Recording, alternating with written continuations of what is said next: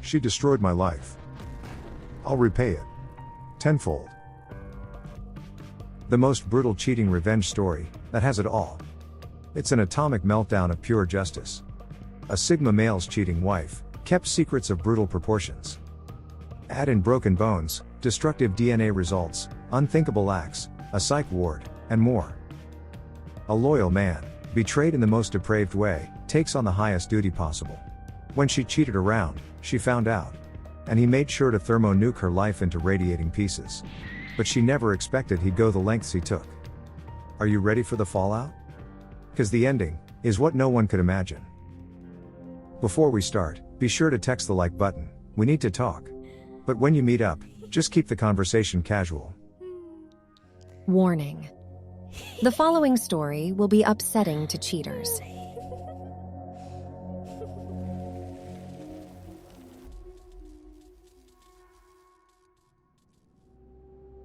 There isn't a soul in the world with whom I can talk about this. I don't know if I need advice or a pep talk.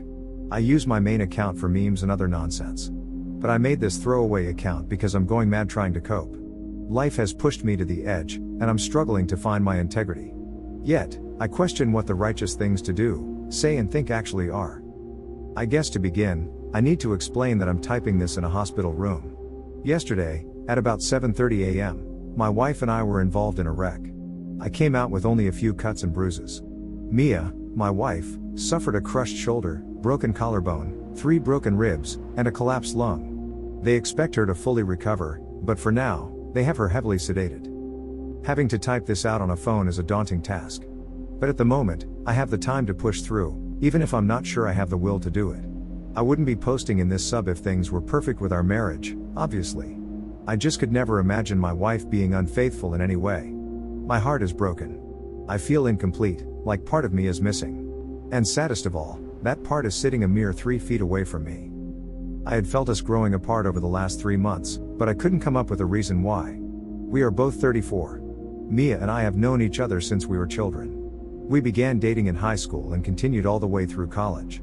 She is the only woman I have ever been intimate with. Up until recently, she could say the same. We married a year after college and had our first child, Michael, a year later. 3 years after my son was born, Carrie, our daughter, started a life of me trying to spoil her rotten. I love my kids more than life itself. If not for them, I'm not sure I would be here right now. They were not involved in the wreck, thank God. They were spending the night at my parents'. We were due to fly down to Florida for a cruise yesterday afternoon. Obviously, that is all cancelled. But my wife decided to go out with her best friend even though I urged her to stay home and not drive around in the snow. She swore she and her best friend, Rebecca, were just going to have a few drinks since they wouldn't see each other for a week. I went to bed and slept like a baby until about 5 a.m. I got up and looked out the window to see my wife's car was not out front, but we'd gotten several more inches of snow. I assumed Mia and Becca got a little too drunk and crashed at her place. I threw some clothes on and got into my SUV. Before I left, I texted Mia to tell her not to drive because the snow was too deep and I was coming to get her. The message remained unread. I cannot guess how many times I have wondered what would have happened if she'd read that text. I'd still be living a lie. I'd still have a gut feeling. But I wouldn't be in the utter misery I now find myself in. I got to Becca's and pulled up in front of her condo. I looked at the message again and it still had not been read. I had actually hoped Mia would read it and be ready when I arrived. But I resigned myself to the fact I'd have to go in and wake her. The front door was unlocked, so I walked in and looked to the TV room to my right. There was nobody passed out on the sofa. Rebecca's bedroom was downstairs, and I didn't want to wake her. So, I took the stairs up to her guest room and opened the door. Right then and there, my life ended. I remember walking into the room and seeing 2 heads peeking out from the covers. I remember leaning down to pull the comforter toward me. I even remember seeing my wife, laying her head on some guy's shirtless chest. The next thing I remember was Becca, Mia, and some half-dressed guy I'd never seen, trying to pull me off him. I'd probably be in jail right now if they hadn't. But I honestly don't remember a damn thing, it all went black. So, right or wrong, I don't really feel too bad about that. My feelings about my wife, on the other hand, fluctuate from minute to minute these days. When I came to my senses, the half-dressed guy said he'd take his buddy to the hospital. Mia cried her eyes out while Rebecca and I argued. I told her and my wife I was leaving, and she had 5 minutes to be in my car or not to bother coming home. She was there in 3. Driving in snow while angry, even with 4-wheel drive, is really not a good idea. But it was another vehicle that veered into our lane and forced us through a guardrail. That's what caused Mia's injuries. The car rolled, but, thank God for airbags, we survived. The kids don't even know we had a wreck. I haven't called anyone.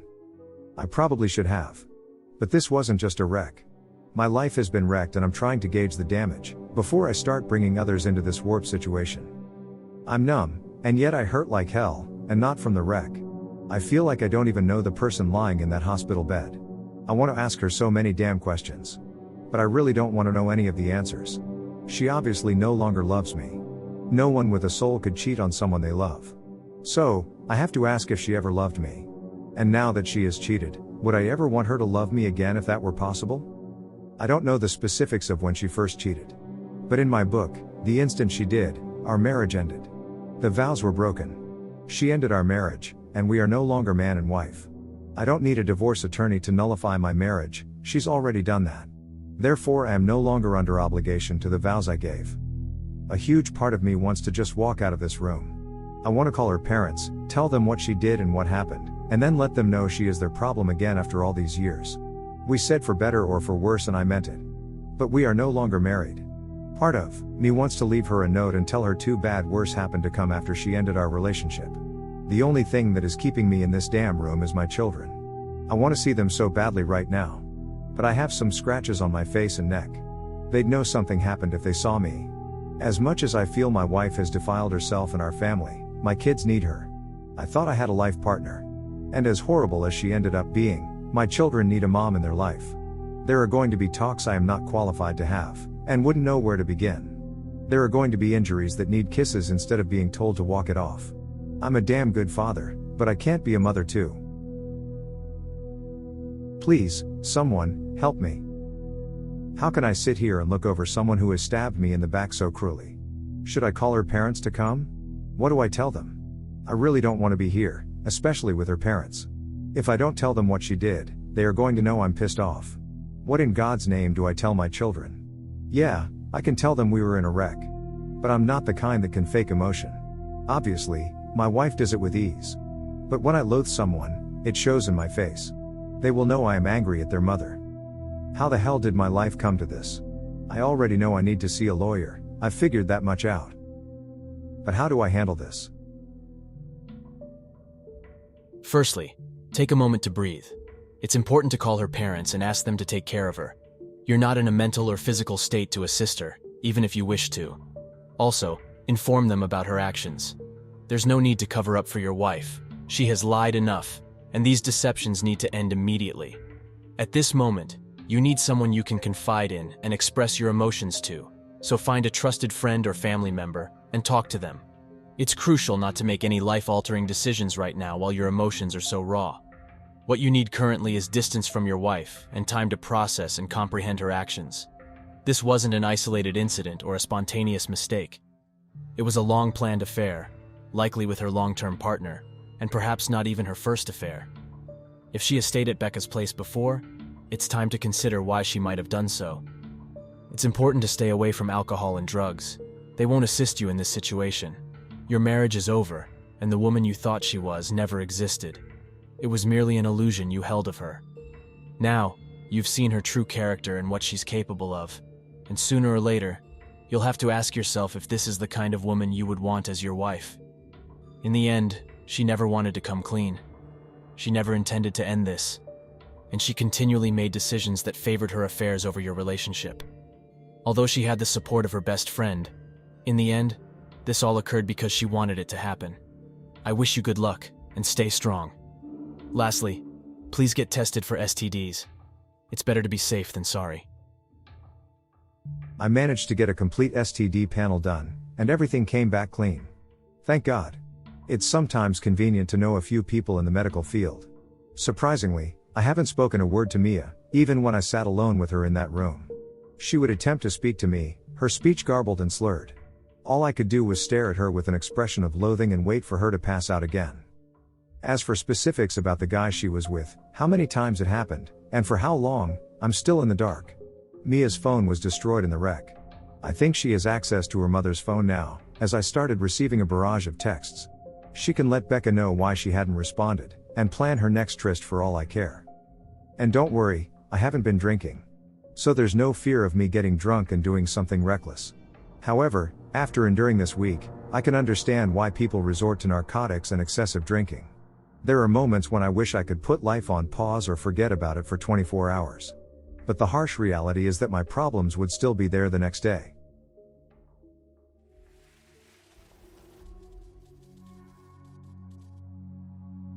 After my initial post that day, I decided to stay one more night in that hospital room. With Mia sedated and the lights out, I laid back in the recliner looking at the ceiling, listening to the medical machines. I lay there wondering how the hell my life had reached that point. Part of me felt like I was giving her undeserved mercy just by being in the same room, yet part of me loved her. I didn't want to feel that love. I actually felt weak for having any positive feelings for her. Over and over in my mind, I kept realizing there was no fixing things back to the way they were. It was as if some natural disaster had taken the life we built, and destroyed it. I cried. I cried so damn hard. I realized a huge part of my life was over. That was a moment of huge significance in my life. When the nurse came into the room to take blood the next morning, I excused myself. When Mia woke, she saw me heading out the door and called to me, but I acted like I didn't hear her. I went and got some breakfast. I haven't had much of an appetite since finding out. I tried to kill some time eating and scanning through my phone. There was a text from Becca asking where Mia was that I left unread. I decided at 7 a.m. it was late enough to knock on her parents' door. Her dad was always an early riser. I planned to squeeze out for a bit to go talk to him first, and if he thought his wife needed to hear it he could wake her. I saw smoke coming from the wood stove in his workshop out back, so I knocked on the door before entering. He saw the scratches on my neck and bruise on my cheek. I explained there had been an accident, Mia had gotten the worst of it, but we needed to talk. I think he assumed I meant about the accident, so he woke my mother-in-law to hear what I had to say. We sat in the kitchen as I explained how going around a curve, a car in the oncoming lane veered into our lane. Having the heavier vehicle and all-wheel drive, I managed to keep us on the road, until we hit the guardrail. The passenger side door caught one of the vertical I-beams mounted in concrete. Even with side airbags, Mia hit hard. She sustained lots of injuries, but I told them she was stable, and they expected a full recovery. They both cried knowing their daughter had suffered, but would still be around for them to love. As soon as they insinuated, they would be around to help me in any way they needed to assist me in looking after Mia. That was when I stopped them. And explained the wreck wasn't what I'd come to tell them. They looked confused as I explained waking up that morning and sending a text to head off in the snow, to make sure my wife was okay. I told them about walking in on their daughter and some guy I'd never seen, and unconsciously flipped him over and over. They were both shocked. Then I told them what room she was in at the hospital. Explained I always wanted them to be part of the kids' lives, so I hoped they could remain friendly with me. I told them my dad was looking after them at the moment. But I was divorcing their daughter as she had broken our vows, and was no longer my wife. I was leaving their place and driving to my dad's to tell the kids about the wreck. I was also going to tell them we were splitting up and wouldn't be together anymore. I wasn't going to tell them their mother is a cheater. I told my former in-laws that while I hated things had to end the way they did, at least I could say I wasn't the one who destroyed our marriage and my life. They tried to tell me I shouldn't be so hasty, she made a mistake, and the usual lame excuses. I just smiled and told them I'd loved having them as in-laws over the years and walked out. When I got to my dad's, I of course, had so much I needed to get off my chest. I entered through the kitchen where I found my dad having a cup of coffee. The only thing he knew was that I was supposed to be on a big boat in the Caribbean. He stood and asked what I was doing there. I just grabbed him, hugged him, and cried like a child. It was the kind of thing where he really wanted to know what was going on, but sensed he needed to let me cry it out before prying. He led me to the den and sat me on the couch to go get my mom. We both urged her to have a cup of coffee first. But she knew if I was there alone that early, I had something bad to tell them. I first explained about Mia cheating, me catching her, and leaving Becca's. Then I explained about the wreck, that it was pretty bad. I told them about Mia's injuries and explained I'd let her parents know only an hour before, so they could go see her. Both of my parents were stunned. My mom finally asked me now what I'm going to do. They both cried when I told them my only remaining option was to divorce Mia, and be the best father I could for my children. As our conversation was winding down, I heard my daughter Carrie squeal, "Daddy?" and come running down the stairs toward me. That woke up my son, who was also downstairs within a few minutes. I hadn't seen them in so long, I just spent time hugging them, happy to see them. They took a while to notice my scratches. I told them about the wreck and that their mommy was in the hospital but going to be fine. I told them Mia's parents would eventually pick them up to take them to see their mom and left it at that. I spent a day playing, talking to, holding, napping with, and laughing with my children, and those two made me want to live again. Until that point, if I'm honest, I was like 50-50 about wanting to go on. But they are worth living for, protecting and cherishing. My wife's phone was destroyed in the wreck, so nobody had gotten a response for days. Early that night, I started getting texts from my mother-in-law's phone and knew they had to be from Mia. I ignored them. They continued sporadically off and on through the night, so I turned off notifications. The next day, I spoke with 3 law offices about filing for divorce. I can't say I want or even need a legal divorce. But that will divide assets and determine custody of our children. What she does with whom is no longer of any concern of mine. I've met with 2, and I like the latter one quite a bit. I'll meet with the 3rd-rated lawyer to see if he wows me. If not, I'm going with the 2nd firm's top divorce attorney. Either way, I will have removed 3 top legal sources from her list of candidates. And that's a win in my book. Custody is my primary focus. I'm not going for full custody, and I wouldn't want it if I could get it. They need their mother in their lives. But because she did what she did, she can never again be a part of my life. A go-between can drop the kids off on time whenever they need to be where they need to be. Not a reason in this world for me to ever say another word to her. I obviously never knew her, so why would I continue to interact with a stranger? I go back to work next week from what would have been our cruise. I didn't tell a soul at work we didn't go or anything about the wreck. And of course, they will be seeing me driving the rental car in question if I got a new car. I'm not sure if I need to explain things to HR. But I don't want my personal business to be aired out for all to see. I feel humiliated as it is, without news leaking out. Divorce is a necessity sometimes, but it always represents a failure. But I'm done being an anchor for a ship that is already sunk. And for those who insisted rightly to get checked for STDs, I've had a full screening. It came back clean on everything, thank God. Even that was enough to make me feel like some trench coat pervert when I did nothing wrong. I assume by this time Mia has left the hospital.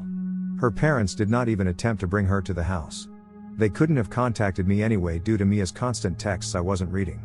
As soon as I can get divorce papers filed, and her served, I can be done with the biggest mistake of my life. Her actions invalidated all of that time. If I had to do it over again, I would not do it again. I would choose a life with someone else, anyone else who would actually be faithful and loyal. Her greatest asset is what she intentionally threw away.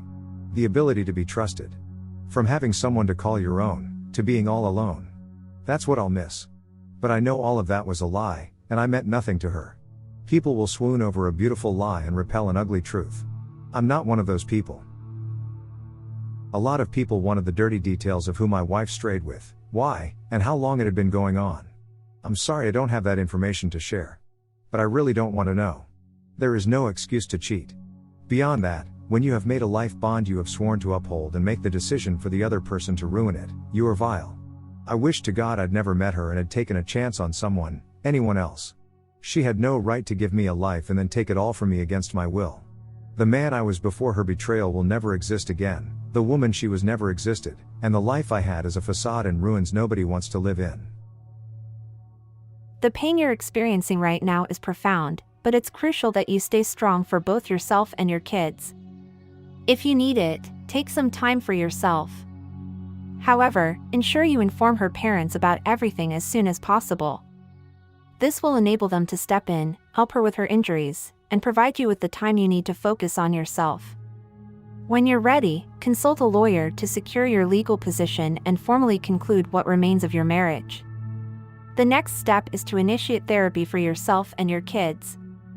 This will aid in managing the upcoming separation and divorce, helping everyone cope better. Start securing your finances too, and don't hesitate to reach out to your friends and family. Their support will prove invaluable during this trying time.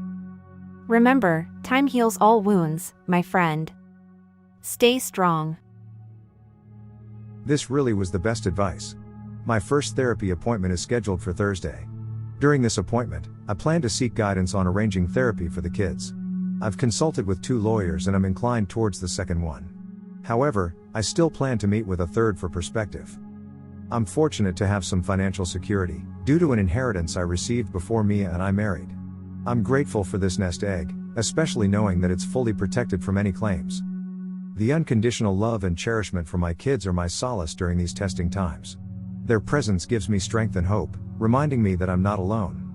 I didn't foresee this turn of events, and even now, I'm struggling to reconcile with the reality of it. For the past week, I've been relentlessly scrutinizing my actions and behaviors, attempting to pinpoint any instance where I may have unintentionally pushed her away. Despite my efforts, I fail to identify what I did wrong. At times, I even question whether her resentment could stem from something as trivial as forgetting to add the new car scent she likes when I cleaned her car last year. I've never been one to blame myself without reason, but her actions seem cruel and entirely unexpected. This ordeal has taken a toll on me, causing me to renounce the idea of dating or even considering it. It feels as though my ability to trust has been shattered completely. However, I'm holding on to the hope that therapy could help me and the kids navigate through this challenging period. Thank you once again. Your support is greatly appreciated.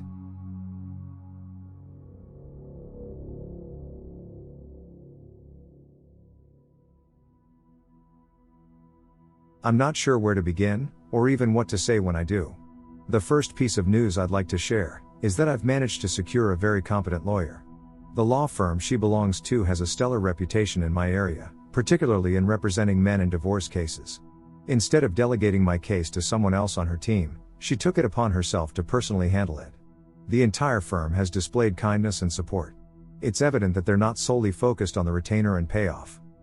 Nadia, my lawyer, has extended every possible help to ensure my well-being and sanity.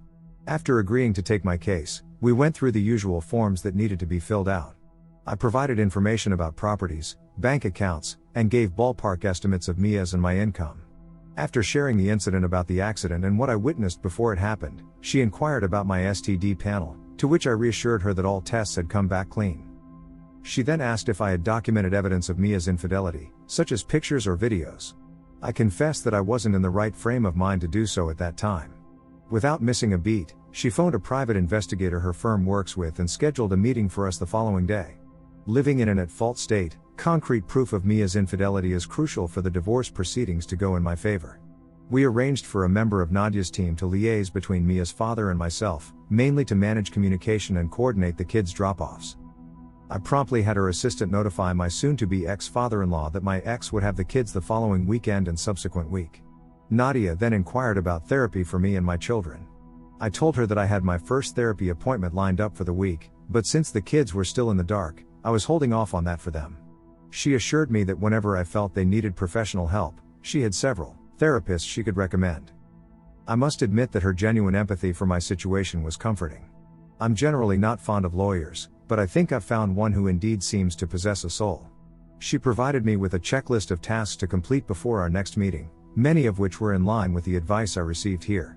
So, when she advised me to purchase 2 DNA kits from the drugstore, I didn't find it odd and recognized it as a standard procedure. When I got home with the kids that night, I conducted the cheek swabs for them and myself, sealed everything, and mailed the kits after dropping the kids at school the following morning. Come Friday, the appointed liaison dropped the kids off with their grandfather for the weekend. I was returning from lunch at work when I received email notifications from the lab. Deciding to open them on my computer, I anxiously clicked the link in the first email, revealing that my son Michael is indeed my biological child. I opened the second email and clicked the link. I read the results. And then read them again. I found myself speechless, shaking my head in disbelief as the realization that my daughter Carrie was, in fact, not my biological child. The pain was immeasurable, almost as if a part of me had been ripped away. It genuinely felt as though my soul had ripped out and been stolen. In my desolation, I didn't know who to call. I just sat there, sobbing, wishing desperately to wake up from this nightmare. I managed to screenshot the results and email them to myself as photo files. Then, I texted the pictures to my lawyer. Nadia called me within 20 seconds, asking where I was. Work was all I could manage to utter through my distress. She instructed me to stay put and that someone from her firm would be there shortly. Unable to control myself any longer, I opened the car door and started vomiting uncontrollably. By the time I finished and the dizziness subsided, one of the paralegals arrived to pick me up. The firm took me in immediately, and as soon as Nadia was done with her current client, I was ushered into her office. The first thing she told me was that sometimes the tests come back wrong. Despite my distress, which she acknowledged was completely justified, she suggested we conduct another DNA test on Carrie and me at a local lab to ensure no contamination. I was in disbelief at what was happening. Even after catching Mia cheating, I had seen the DNA tests for the kids as mere formalities. Never could I have imagined my wife being unfaithful, let alone having another man's baby. Who had I married? The dilemma was that I couldn't confront Mia even if I wanted to. I lacked concrete proof. But the thought of having a conversation with her, should the results confirm our suspicions, was inconceivable. One of the ladies at the firm checked my blood pressure to ensure it wasn't dangerously high. It was elevated and I did feel on the verge of a panic attack, but at the same time, I was numbed by the shock of it all. I was wrestling with the idea that my little girl might never have been my biological daughter. At that moment, I was so relieved that the kids were with their mother. I found myself questioning the validity of both test results, speculating if Carrie could indeed be my daughter and Michael was not my son. Not willing to wait another 2 days for the truth, we arranged for the go-between to pick up Carrie the next day for a few hours, and then take her back to me as parents. The test was conducted in a sterile environment by trained medical staff. There was no mix-up. The results confirmed that I was not Carrie's father. Even though she was back with her mother by the time I received the results, the news hit me harder the second time around, and I was thankful Carrie wasn't there to witness my breakdown. I sent the results to my lawyer, who called to check up on me and urged me to seek the comfort of my family during this trying time. Overcome with emotion, I drove to my father's house, crying all the way. When I arrived and saw my mother, she instantly knew something was wrong, but I was too choked up to speak. Finally, I managed to utter the devastating truth: Carrie is not my daughter. She asked, "What?" But she had heard correctly, and I was incapable of repeating it. After a lengthy silence, during which I wept uncontrollably, she stood up and called my dad. She implored him to hurry home, taking care to be safe, as I had terrible news to share. It took him about 20 minutes to arrive, and we spent the next few hours consoling each other, though we were all inconsolable. My parents asked about Michael, and I reassured them that he was my son. Their relief quickly turned into guilt, for feeling relieved at only losing one grandchild. They asked me what I planned to do next, but the truth was, I didn't know. The only certainty was that I would ensure Carrie never lacked anything she needed or wanted. Regardless of any potential child support obligations, she was going to be taken care of.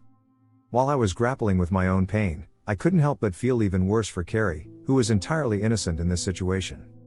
I found myself questioning if I wanted custody of her, and whether it was even a possibility. I also began to wonder if Mia knew or suspected anything. I suddenly found myself yearning for answers. On the following Monday, I met with Nadia after work. She informed me that she'd had a meeting with the private investigator hired to follow Mia. Since the accident, Mia hadn't left the house, so he didn't have any recent evidence of her infidelity. However, he had been able to access nearly every app on her old cell phone, finding nudies and explicit texts exchanged with various men. The messages contained enough admissions of guilt to convince any judge. I was asked if I wanted to see any of the pictures or read the texts, but I declined. Yet, Nadia and I had to plan how to confront Mia about Carrie. She proposed to do it in her office, if Mia could be persuaded. As she dialed Mia's mother's number in front of me, I heard Mia's voice for the first time since I left the hospital. Nadia was straightforward and told her that she needed to meet me to discuss a few things. To my surprise, Mia seemed eager for a conversation. Nadia then asked Mia if her lawyer could be contacted. Mia mentioned she didn't have a lawyer, but was willing to come the next afternoon to discuss things. Getting through the next day at work without breaking down was a monumental task. I did my best to keep up the pretense of normality while a storm raged within. I was hardly able to keep my lunch down and left at 3, feeling nauseous to head to the law firm. I made a point to arrive first.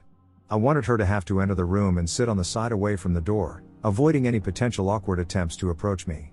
I was scrolling through photos of our perfect family, a family that I now knew never truly existed, when she walked in. She needed help walking due to the cast she was still wearing from the accident. The threat of an unwanted hug was not a concern. I wondered briefly if she was playing up her injuries for sympathy, but the accident had indeed been serious. I found myself impatiently waiting for her to sit down, so we could start the confrontation.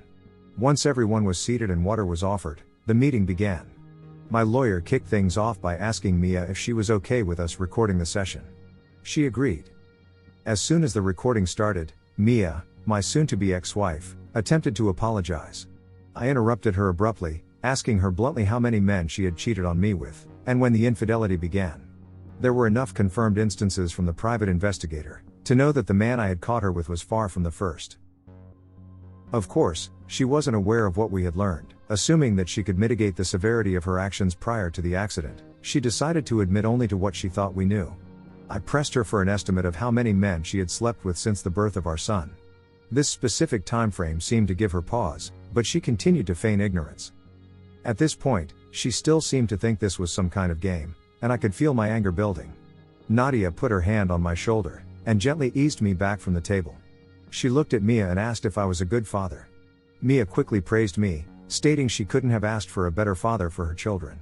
Her reference to her children made me want to flip the table. Nadia then asked her if the other father of her child would also be a good dad. As Mia asked what she was talking about, my attorney slid the paternity results for Carrie across the table. As much as I have despised what my life has become since discovering her infidelity, I had to be there to witness her reaction firsthand. The shock of learning that I was not Carrie's father was evident on her face. She attempted to argue that I was still the man who raised Carrie, but I cut her off. I asked her to reveal who Carrie's real father was. She looked down, displaying a hint of shame that led me to suspect she was protecting someone. When she confessed that she didn't know for certain who Carrie's father was, I couldn't hold back my tears any longer. I broke down. Mia began to cry too and asked if she could explain. She reminded me of the postpartum depression she suffered after Michael's birth. I tried to recall the situation with empathy, remembering how I had tried to support her at the time. I spent every available moment looking after our son, so she could have time to herself. There were days when she was so depressed that she couldn't get out of bed, and I cared for all of us. But I loved doing it, all for the family I thought I had. I remembered believing that overcoming this hurdle had strengthened our relationship. This wasn't the case, apparently. She didn't blame her friend Rebecca, but admitted that after Rebecca encouraged her to have a few nights out, I was relieved, even grateful. They'd been best friends for years, but their interactions had dwindled during the pregnancy. According to Mia, on their second night out, she got excessively drunk and let a man get close to her, let him touch her and have go all the way. She said she felt guilty about it for months. But then she began to resent not having the freedom to be with whomever she chose.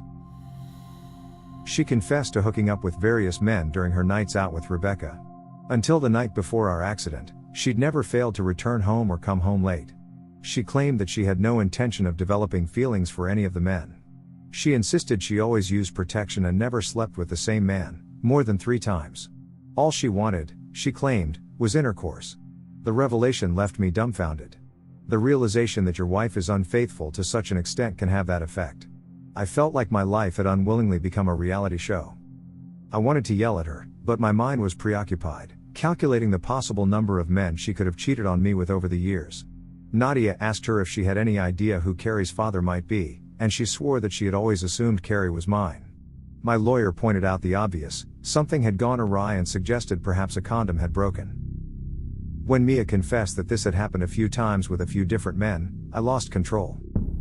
I questioned her identity, feeling like the woman in front of me was a stranger, spouting horrendous facts as if she were merely asking to pass the salt.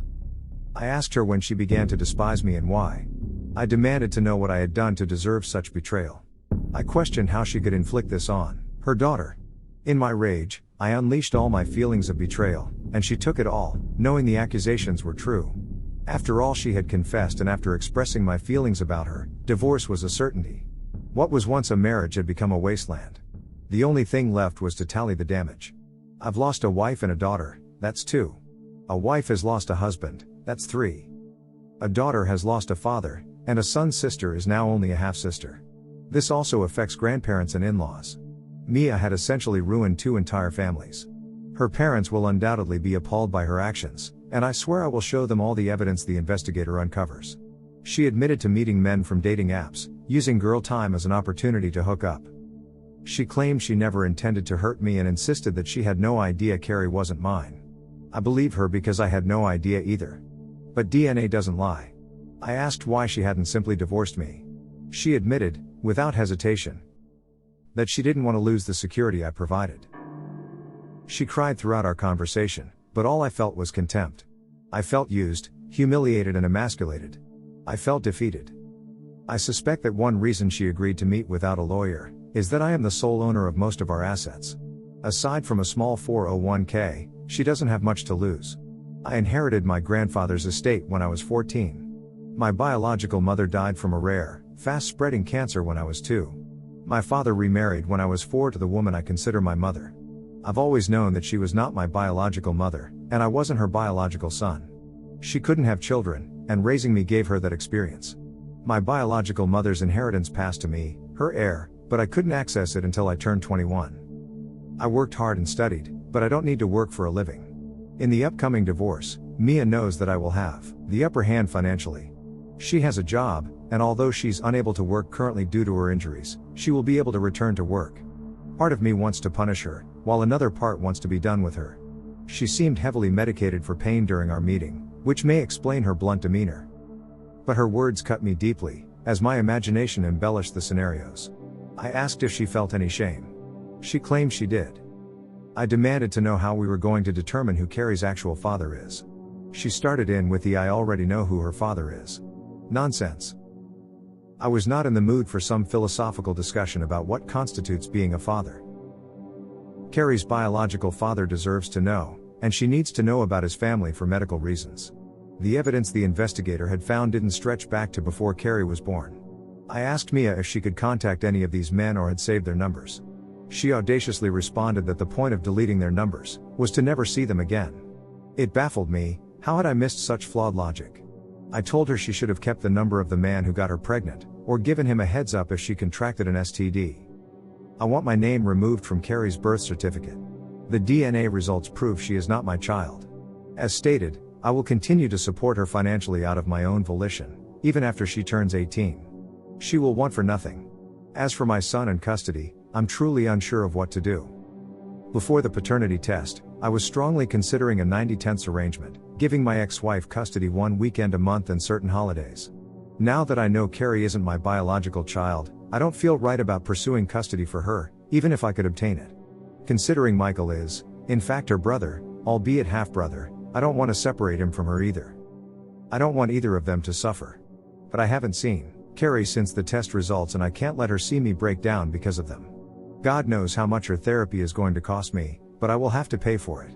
There is no way to know if her real dad can afford it. My own therapy will likely be enough to pay for some shrink's new beach house. Driving home after the meeting, a huge part of me just wanted to end it all. It seemed like the most beneficial solution for everyone but me. Both families could go on pretending about paternity. My ex could gallivant around openly while spending my grandfather's money. And the kids wouldn't have to deal with any broken marriage or failed relationships. But by the time I got home, I said screw that. Nadia is drawing up divorce papers and legal paperwork to have me declared not Carrie's father. That will undoubtedly make things take much longer. But I do not want any legal grounds that could force me to interact, pay for, or deal with offspring that are not mine. The legal team is researching ways to find out who Carrie's father is. Many of the ancestry sites suggest potential relatives when results come back. Right now, that's our first plan of action. Even if the results don't come back pointing to a certain individual, they might point to a brother, cousin, or another relative. Whomever the guy is, he may not be ready to accept a child he didn't know about. It could cause some anxiety in his life. But I doubt it will be nearly the terror I felt losing my daughter forever because she never existed. Everything is just so screwed up at the moment. Nothing is stable. Chaos is a daily burden at this point. The kids come back to the house Sunday afternoon. I've never wanted not to see them before. But I know many inevitabilities will happen that I cannot be prepared for. When she sees me and wants to hug her daddy, I'm not even sure how I'll react. Will I hug her and cry like a baby, knowing she has never truly been mine? Will I tell her I'm not the person she's looking for? I don't have it in me to be mean to her. But my heart is broken. It's like there is nobody to take this out on, even Mia. Because nothing I could do, outside of the unthinkable, would equal the betrayal she has committed against me. That scale will never be balanced. She used me and spit me out. She deserves to rot in hell for her promiscuous lying ways. I'm destroyed, and everything I used to love is too. I will win the divorce. Nadia and her team will ensure it is the most lopsided division of assets in the history of divorce. But Mia reduced or removed the value of so much for me, it feels like she's already won. To hell with her. I'm left with a son whom she will try to use against me and manipulate. Some people really are just horrible like a parasite. I made the foolish decision to have a child with one such person. I just know now I'm not the only foolish one. Dude, I have no words for this tragedy. It's every man's nightmare. Take care of yourself and do the best you can. Best wishes. Yeah, insomnia and nightmares. Only to wake up and find the nightmare is still going. I'm getting flack on here and in real life about my role in Carrie's life going forward and how I treat her. Everybody seems to have a damn opinion. The fact is, it will be impossible to do what's best for me and best for the kids.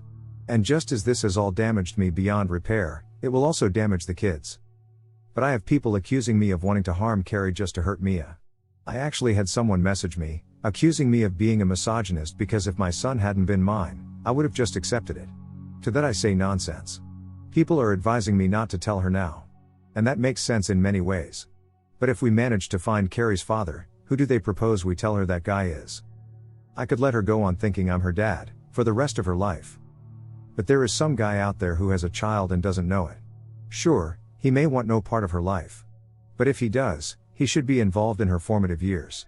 He should get to know her, and she should get to know him and his family. He might be the nicest guy in the world and would make a great dad. Everyone is wanting to do what is best for Carrie. But opinions on what is truly best for Carrie vary widely. Because nobody knows how this will turn out and nobody can see into the future. I want my name off of her birth certificate for legal reasons. But people are considering me cold and heartless for that. She isn't my daughter. That is a scientific fact that cannot be debated. It doesn't matter one iota how Carrie feels about me or how I feel about her. Feelings change every day. That's why we use science. I wish to God the science was wrong. I can feel that I impregnated Mia twice, but nope, I was just first in line. Science took what I believed and felt and shattered it all into 1,000 pieces. I don't like it. But facts are just facts. You can't change or make up your own facts, unless you want to live in fairy tale land. I don't. Sunday when I see Carrie again, I know I'm going to lose my composure. I can be stoic and not show any emotion around Mia. But not Carrie. I'm going to cry. She's going to wonder why I'm crying. I can't tell her. That's going to make her feel worse. Michael is going to wonder why I'm crying. I won't be able to let him know anything either. So there I'll be, trying to act like an adult and be a parent, with 2 kids crying for no apparent reason. But people are concerned about how I'll treat Carrie. The truth is, I don't know and won't know how I will treat her until it happens. All I know is I am not going into that reunion with any hatred toward Carrie or wishing any harm on her beautiful little head. But it may overwhelm me. It may make me imagine the sheer number of guys Mia cheated with. It may cause me to become catatonic. But the people who are getting on my case, thinking I am going to see her again and show her cruelty, are just insane. I needed this thread to vent. And the advice has been golden. But my God, some people, empathy doesn't seem to be their friend. I am so sorry and I have nothing to suggest or advise, because your stance is already excellent. I was waiting to read that your wife actually loved you and her adventures were actual purely lust. I don't know what your wife is going to do now, but she's screwed. Rebecca is a venom it seems. I have always tried to observe about my ex's friend circle, to scan out a Rebecca type. Fortunately, none of my exes had these pseudo-sexy time empowerment kinda crap around them. Rebecca was in high school with Mia and I. I thought she was my friend too. I thought she supported me in our marriage. Turns out I was very, very wrong. People like Rebecca will always want others to be like them, which is a sabotaged life, justified as liberating. She was in our wedding. If not for Mia's sister, I have no doubt Becca would have been maid of honor. But I would have sworn she was also my friend. Sure, I could have imagined scenarios where she might keep a secret of Mia from me. But I never imagined her being not only supportive of the cheating, but facilitating it too. It might be wrong, and probably is because my thinking is not what it should be. But I'm almost more livid at Rebecca than I am Mia. Mia was my wife, it was my duty to show her kindness. The times I paid for Rebecca's meals, or took them out shopping. I just hate knowing I have treated someone with kindness and respect, that didn't deserve it. If I'd been secretly sabotaging her life all these years, I wonder how she'd feel about me now? I'm sorry, but after reading that, I'm hoping to God you throw the gloves off and fight dirty. It's not because she loved you, It's because you supported her financially. Jesus. I'd get as much custody as possible and make her pay as much child support as possible. Thank God you live in an at-fault state. If you're really down to do as much damage as possible, you can become a short-term hookup buddy with Rebecca. It would totally destroy your ex, especially if Rebecca is supporting her emotionally through this. Also, she probably encouraged your wife out of jealousy, so she might be receptive to your advances. And it helps a lot with the low self-esteem you feel after being cheated on. Also, her not even knowing who the dad is must be the most monumentally humiliating and shameful thing for her. If you do find out through your people, sit on the info for a while. Let the fact that she doesn't even know make its way through her friends and family, so they can see what an embarrassing excuse of a wife she is. Seriously, she probably cried to Rebecca asking if she remembers any of the men's names, and she gave the obligatory, "I'm so sorry, honey." Then Rebecca immediately called her other friends to tell them how she slept around so much. She doesn't even know who the daddy is. If you do find out, then start hounding her to find out in case there's any genetic health concerns so that she starts making noise, reaching out and drawing attention to the fact she doesn't know. Then you can come sweeping in and save the day with the answer. You did the impossible when it should have been her responsibility. Hey, I know people will hate this idea, but personally, I'd be out for blood and I'll do it to win the war. As much of a coward as this will make me sound to any other men reading it, the only woman I've ever been intimate with was Mia. That was my choice. I stupidly thought she had made the same choice as me. She said she did. But honestly, if the most beautiful woman on earth wanted to be with me right now, I'd turn it down. Knowing what I know about Mia has made sexy time itself repulsive to me. Protection or not, I feel like I can't wash off the filth of other males she subjected me to. I feel cheap and dirty, and not in a good way. So, the idea of doing anything with Rebecca, when she has years more experience as I'll be nice and call her a loner flashlight, if you know what I mean. I couldn't muster the attraction to Rebecca to be with her, in any manner. Your idea is great, don't get me wrong. Repeatedly driving her head into a headboard out of anger sounds like something I'd be into with her, figuratively speaking. Because my conscience has a say in this. Royal AI.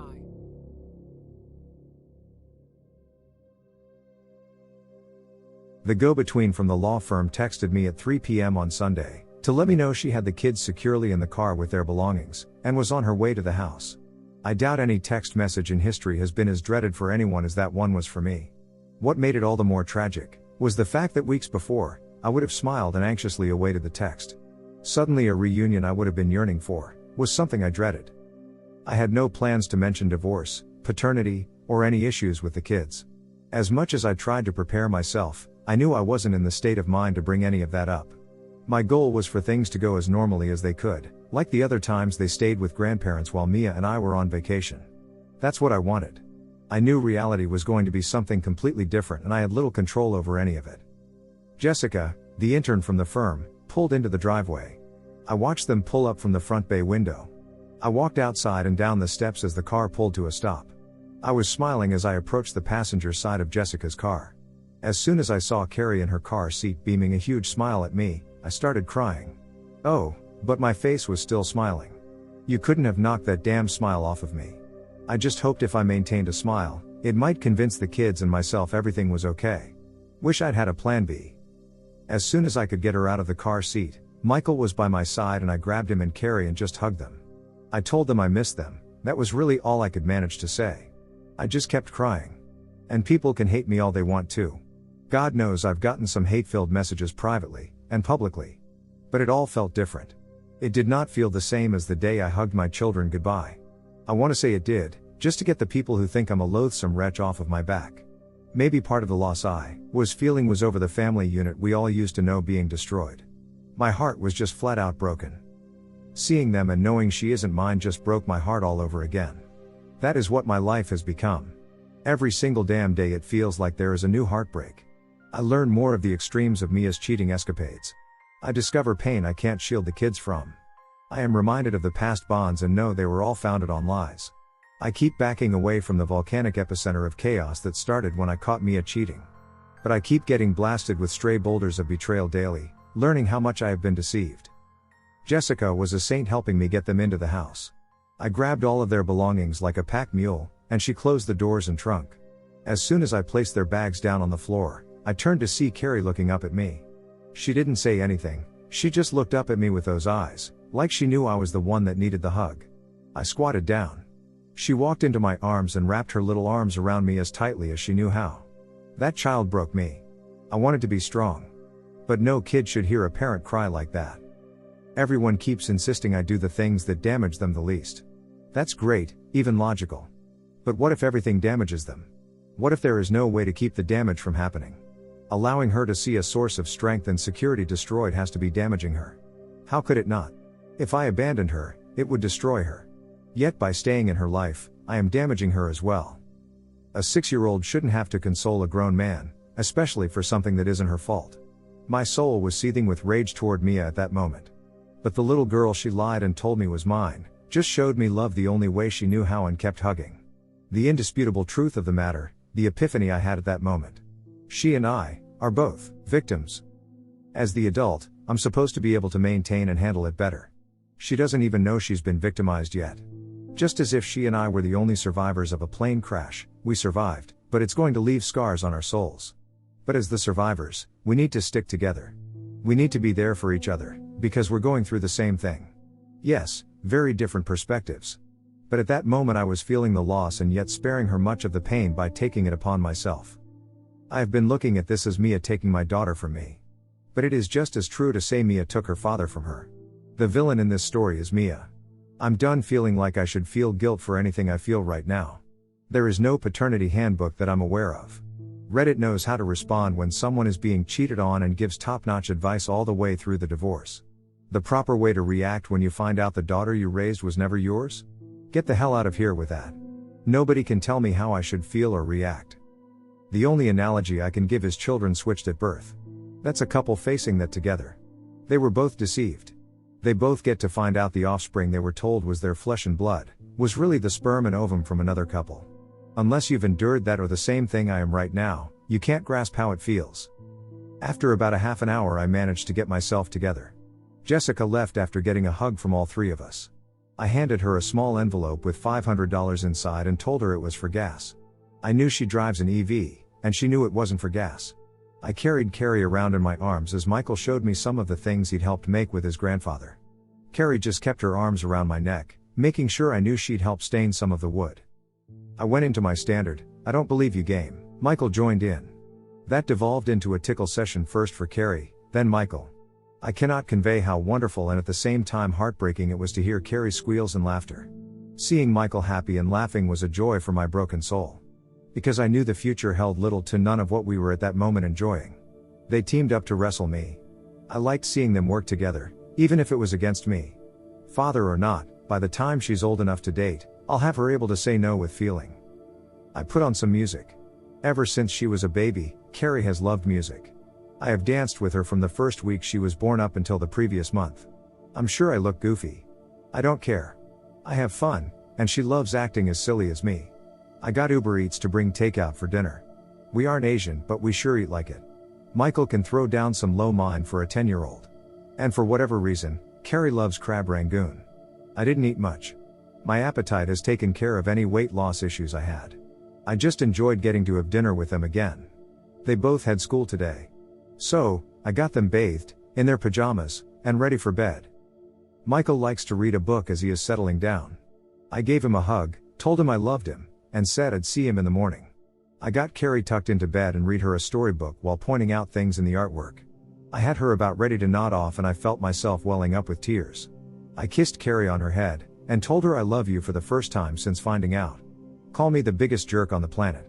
I don't care. But saying it was like allowing myself to admit it. Everything in my life has been a struggle in recent days to figure out what is real and what isn't. My love for Carrie is real. I love her. I do feel different. Right or wrong, I do. But I love her. I went from not wanting to take anything away from her to continuing to want to give. It's a huge difference. But anyway, I was sort of waiting for Carrie to tell me she loves me. I mean, I know she does, without her saying it. No, she took the moment to tell me something I didn't expect. She said, "Mommy loves you." I knew what she said. I made a point not to snap at her and be as sweet as I could possibly be when I asked her, "Carrie, why did you tell me that?"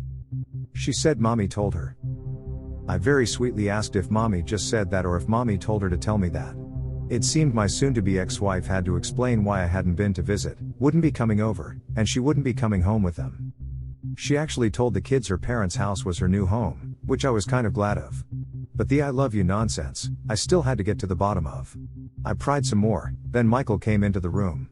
He revealed their mom had told them she wouldn't be coming home, because I didn't love her anymore. What the hell was I supposed to say to that? Yep. It's all on me, I just fell out of love with your mom. Blame me. That was not happening. I called our usual sitter. I asked if there was any way she could come over for a few hours to look after the kids. Since they were already in bed and that meant she could study while getting paid, she agreed.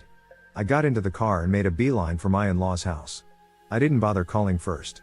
When I got there, I knocked on the front door and asked to see Mia. Her mom led me to her childhood room where she was recuperating from her injuries. I turned to her mom and placed my hand on the doorknob before telling her, Mia and I needed to chat. She sensed I was a little on the angry side.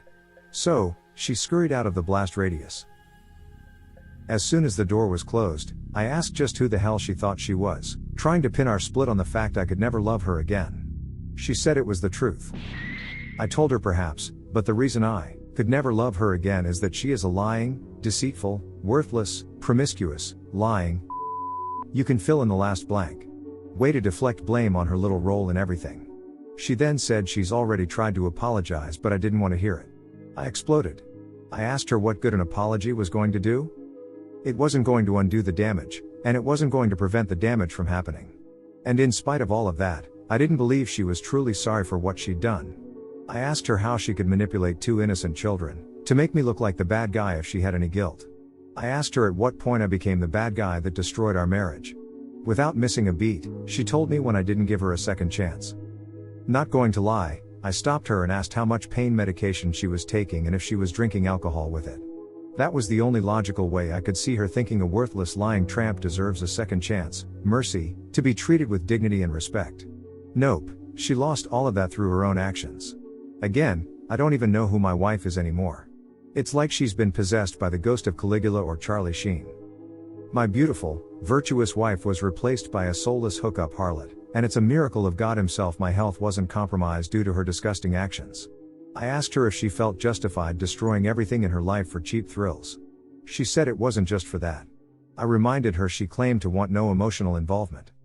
She said much of it, especially at first, was about validation.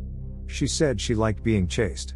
She got annoyed when I asked how she could ever consider herself chaste. But she can deal with the consequences. Actions affect how you are perceived for the rest of your days. Mia and I ended up talking for several hours. When she went through depression after having Michael, she even told me I had been the best, most supportive husband she could have asked for. So, I had to ask, why betray me so cruelly? She said despite such a happy event in our life, there was a part of her so anxiety-ridden she actually wanted to delete herself. She said she felt love in her heart for me and for Michael. But for some reason, she couldn't understand, she felt depressed and hollow inside. She stayed out of work for an additional 6 months due to her issues. I got her the best therapists and doctors money could buy, and she admitted as much. She said even that started making her feel guilty, feeling she was letting me down, that I was carrying us. She felt overwhelmed even though she knew she wasn't bearing any of the burden. She started to doubt if she ever should have become a mother, despite always wanting to be one. She withdrew from friends both in person and via internet/text. Every day she told me she loved me and apologized. I told her she had nothing to apologize for, I just wanted her to get better. Maybe she was apologizing for what she was about to do. When Rebecca came to the house unannounced that first day, I was so glad to see her. I knew Becca was assertive enough to not be pushed away but be kind enough to get Mia to open up. It still took months before anything that could be considered a night on the town occurred. Just getting Mia to go to Starbucks was a victory at the time. There are plenty of guys thinking I'm the biggest schmuck on earth, for letting my wife go to bars or clubs with a single girlfriend. 99% of the time you would be 100% correct. And I should have put a stop to it much sooner. But at that moment in our lives, after all the sadness and isolation, getting her out and about seemed to cheer her up, even after just the first time. She tried to explain she'd suddenly become a wife and mother in a period of 2 years. Seeing how men were attracted to her, even if it was for cheap thrills, boosted her ego. She claimed, the first incident wouldn't have happened if she hadn't been so drunk, but it happened willingly. Once the deed was done, she knew I'd never touch her again if I knew. She knew she'd lose everything, because she came into the marriage with nothing. I asked her if she ever thought I'd find out about her cheating, or how I'd react if I did. She said she knew it would destroy me. She claimed she felt horrible about it. I asked the obvious question, why continue to cheat? She claimed as soon as she sobered up after cheating, she felt guilt, shame and regret. I did remember her being really sad for a week after going out the first time. Rebecca came over and the two of them talked for hours alone. From that point for months, I had the old Mia back. She revealed she told Becca that day she felt unworthy of me because of what she did. She knew if I found out we were done, I would go after Michael. She claimed she decided to take it to the grave and try to be the best wife she could be in every way, to make it up to me. In retrospect, it was a red flag. Think I'm a fool all you wish. But we had a baby to look after and I had been doing 95% of the caregiving. Overnight, I got my wife back. At that time, it would have seemed stark raving mad to consider that a red flag. It felt like a miracle. Within 2 weeks, I was back working part-time, then full-time once Mia was fine as a stay-at-home mom. Looking back, the time just before and just after Michael was a year old were some of the happiest moments of our lives, at least for me. Finding out it was all due to her trying to make up for being unfaithful forever altered those happy memories. I asked why she cheated again. Was I not enough for her? I had always thought we had a great intimate life aside from her depressed period. She always acted like she enjoyed being with me. She claimed the longer she kept the secret, the worse she felt about herself. But unlike the time after Michael was born, she couldn't let me know how she felt. She knew I'd want to comfort her if I knew she was sad, but she couldn't tell me why. She described an internal struggle of keeping the secret and living a lie behind a facade of happiness. She reminded me of a time I went to a reunion of my biological mother's family out of state. I took Michael with me to introduce him to her family for the first time. Mia canceled at the last minute claiming she was ill. I couldn't have stopped her from cheating on me at that moment, that was already done. But I might have prevented her from heading down a path that would deceive me for 6 years, making me believe something I cherished was never mine. I wasn't blaming myself. She should have been on that plane with us. No, actually she should have already confessed to her infidelity and let me move on with my life. Yet somehow, multiple mistakes compounded with multiple lies, with little concern for consequences, and now that's my burden to bear? That's something you do to an enemy, not someone you claim to have ever loved. She gave me some story about being so depressed that weekend while I was away. She knew she was unworthy, even if I didn't. She was punishing herself, even if I didn't know she deserved it. At least, that was her rationalization. She knew if I knew the truth, I would view her as a streetwalker and be disgusted with her. I never stopped showing my love, telling her how much I loved her. But she said at some point she realized if I knew the truth, I wouldn't love her. The attention I gave her didn't matter, it didn't carry the same weight as before.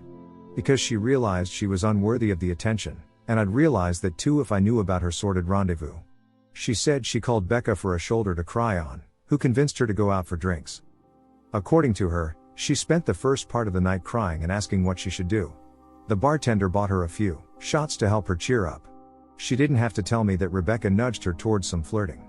She found herself kissing a guy in the back alley behind the bar, and then stopped herself.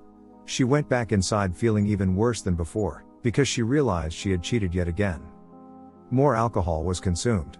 Becca needed someone to help Mia inside. She asked the guy who just had his tongue down my wife's throat. Rebecca left them alone and clothes came off. I asked her if she ever thought of Michael, or if I ever crossed her mind as she betrayed us both. She got angry and told me she never betrayed her son. I made it clear she betrayed not only me and Michael, but also Carrie, our parents, everyone who watched us take our vows and God above. She betrayed the sanctity of our family and marriage. But I stopped and just shook my head telling her despite what she'd done to that point, she should have just let me go. I told her I would have looked out for Michael, she could have had her way with the entire state after we divorced. I even told her I would have gladly written her name on bathroom stalls for her. But she didn't. She kept lying. She kept cheating. So much of it disgusted me to hear. Like she had an actual strategy after the first few guys. She didn't want them getting attached to her as she wasn't going anywhere unless she had to. She wasn't looking for an emotional connection. She even gave it a name and called it fishing. Getting a guy's number, breaking the ice, giving a little nibble, pulling away, getting him to pursue, but all on her timetable. When she said she already knew I thought she was beautiful, getting second opinions didn't feel like a bad thing at the time. I just looked at her, shaking my head. At any rate, the bartender is not Carrie's father. That much we are sure of. He was months too early in the game to have been the sperm donor, and she claims they only hooked up that one time. I asked if she could remember the names of the specific guys she was talking to and getting to pursue her. Maybe a couple of first names, but I wouldn't know where to find them, was enough to shut the conversation down for the night. Yes, I wanted more answers. But the details of the BS aren't coming out in one night. And that wasn't what I came there for. She was seated in a chair to be able to prop up her cast on pillows. So, I got down inches from her face. I told her she was a pitiful excuse for a human, and I truly believe she has no soul. I told her that her actions have caused unimaginable pain, and will continue to do so in the future. But I looked her squarely in the eyes, and let her know I was not going to let her hurt my children anymore. I told her point blank that I was the one who got deceived for 6 years. If anyone was going to be getting a little slack for focusing on his needs, it was going to be me. But Mia, I told her, and I meant every word, petty bullshit and manipulation is just going to make me loathe her even more. We weren't getting back together, ever. I was disgusted for her to even touch me. Loyalty wasn't even in her vocabulary. But father or not, I was going to be loyal to Carrie. I was going to protect her as much as I could. And if I end up having to protect her from her mother's lies, manipulations and deceit, so be it. I told her Nadia has friends that would love a new BMW for getting her declared an unfit mother. I went there. And I meant every damn word. I told her if she had things to say, she could say them to my face. Getting Michael or Carrie to relay things their mother said was not happening ever again.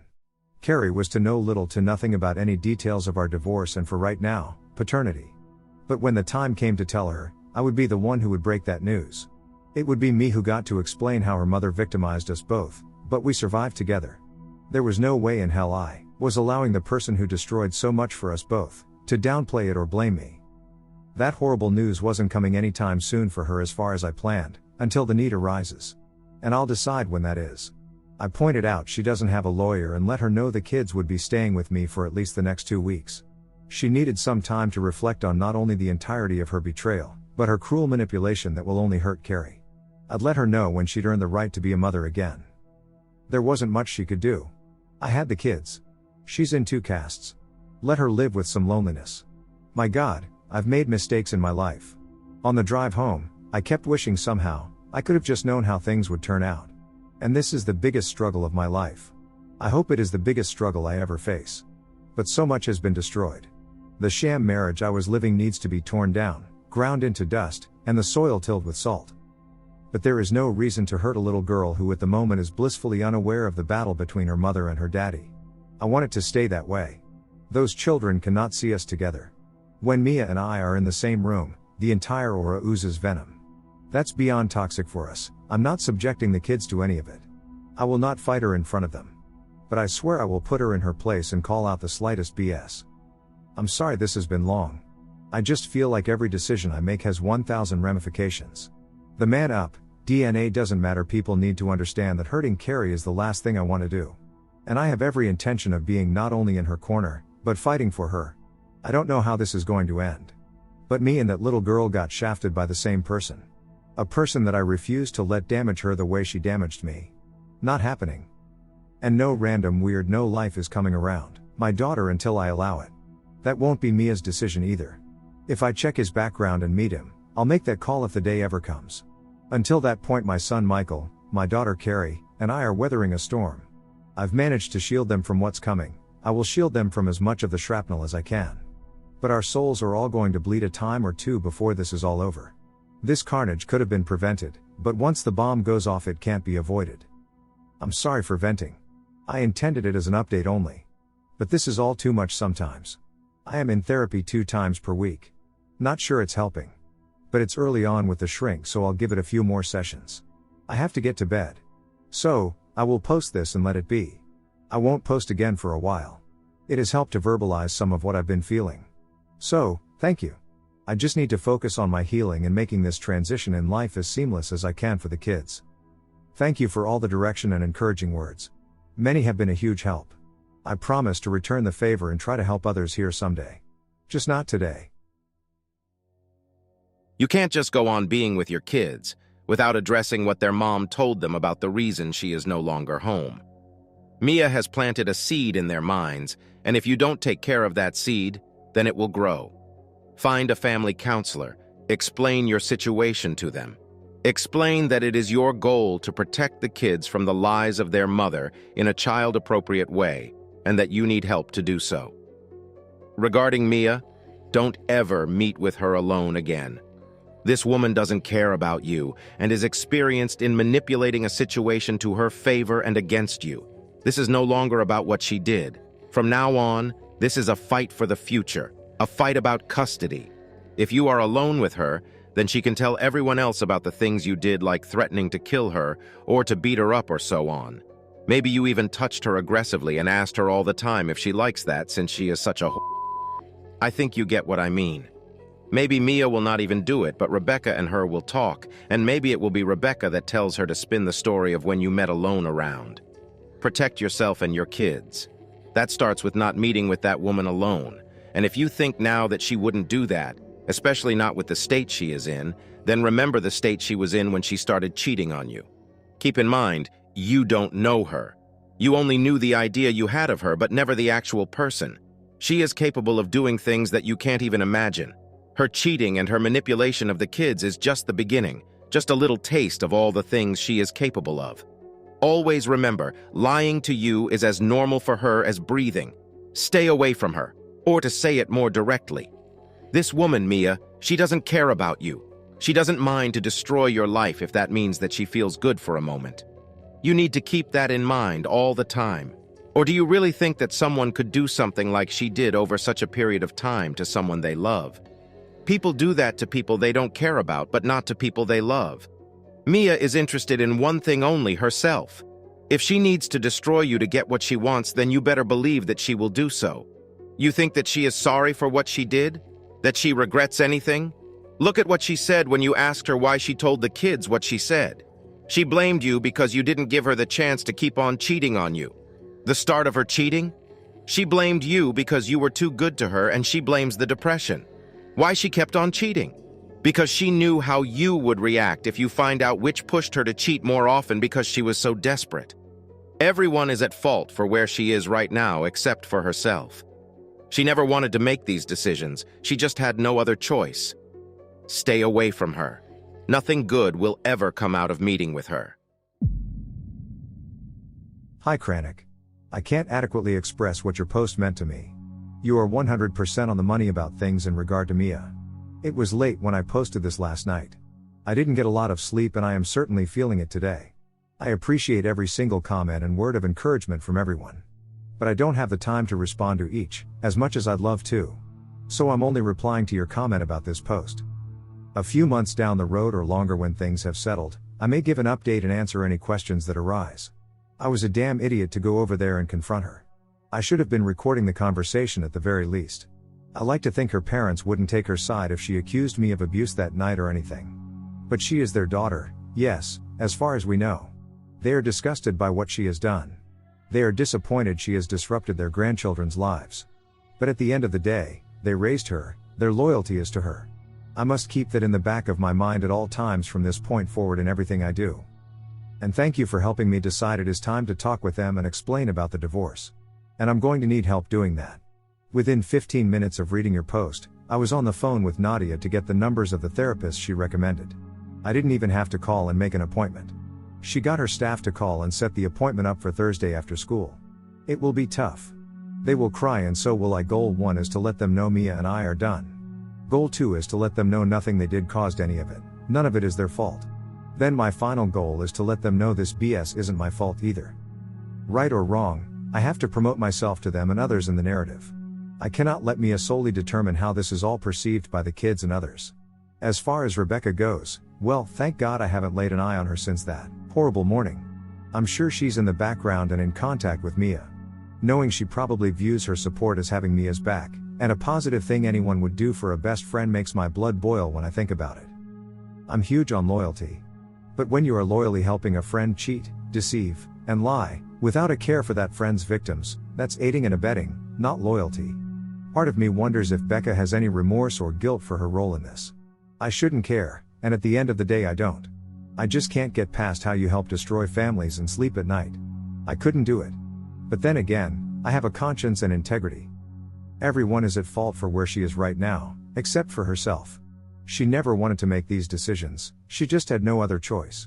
I swear in all the years I have known Mia, she had never displayed narcissistic tendencies until recently.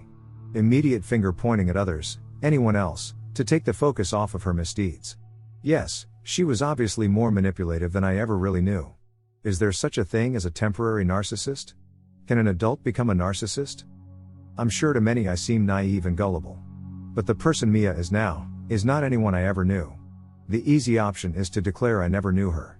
That makes it much simpler. But in hindsight, she changed after Michael was born. I've looked back at her period of postpartum depression, knowing that was where our life took the off-ramp toward the hell it has become. I have asked myself over and over how I could have treated her differently during that time to produce a different outcome. Should I have gone a more tough love route? Should I have tried to force her to deal with the reality of life? I had choices and I obviously made the wrong ones dealing with her. But even today, as the dust is continuing to settle, I'm at a loss of how I could have helped her better. I was there for her and Michael anytime they needed me. Obviously, I could have done things differently, but I swear I don't know what the better options were. As of today, here are my plans going forward. I need to stick with my therapy and make damn sure I am open and honest with my thoughts and feelings. This isn't a walk it off, rub some dirt on it situation. The next thing I plan is to get the kids in therapy together, by themselves and with me. I'm not here to repair the bond between Mia and her kids. One of my jobs in the future is to make sure Carrie doesn't end up being like her. This goal gave me focus. I won't be trying to make her hate her mom. But I'm sure as hell not going to sugarcoat truths that arise as things come out into the open. I will get my name off of Carrie's birth certificate. But I decided last night I am seeking primary custody.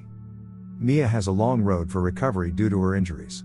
She'll need tons of physical therapy and possibly more surgeries. While that is going on, she is actually unable to look after them. Her parents were tasked with that responsibility last week.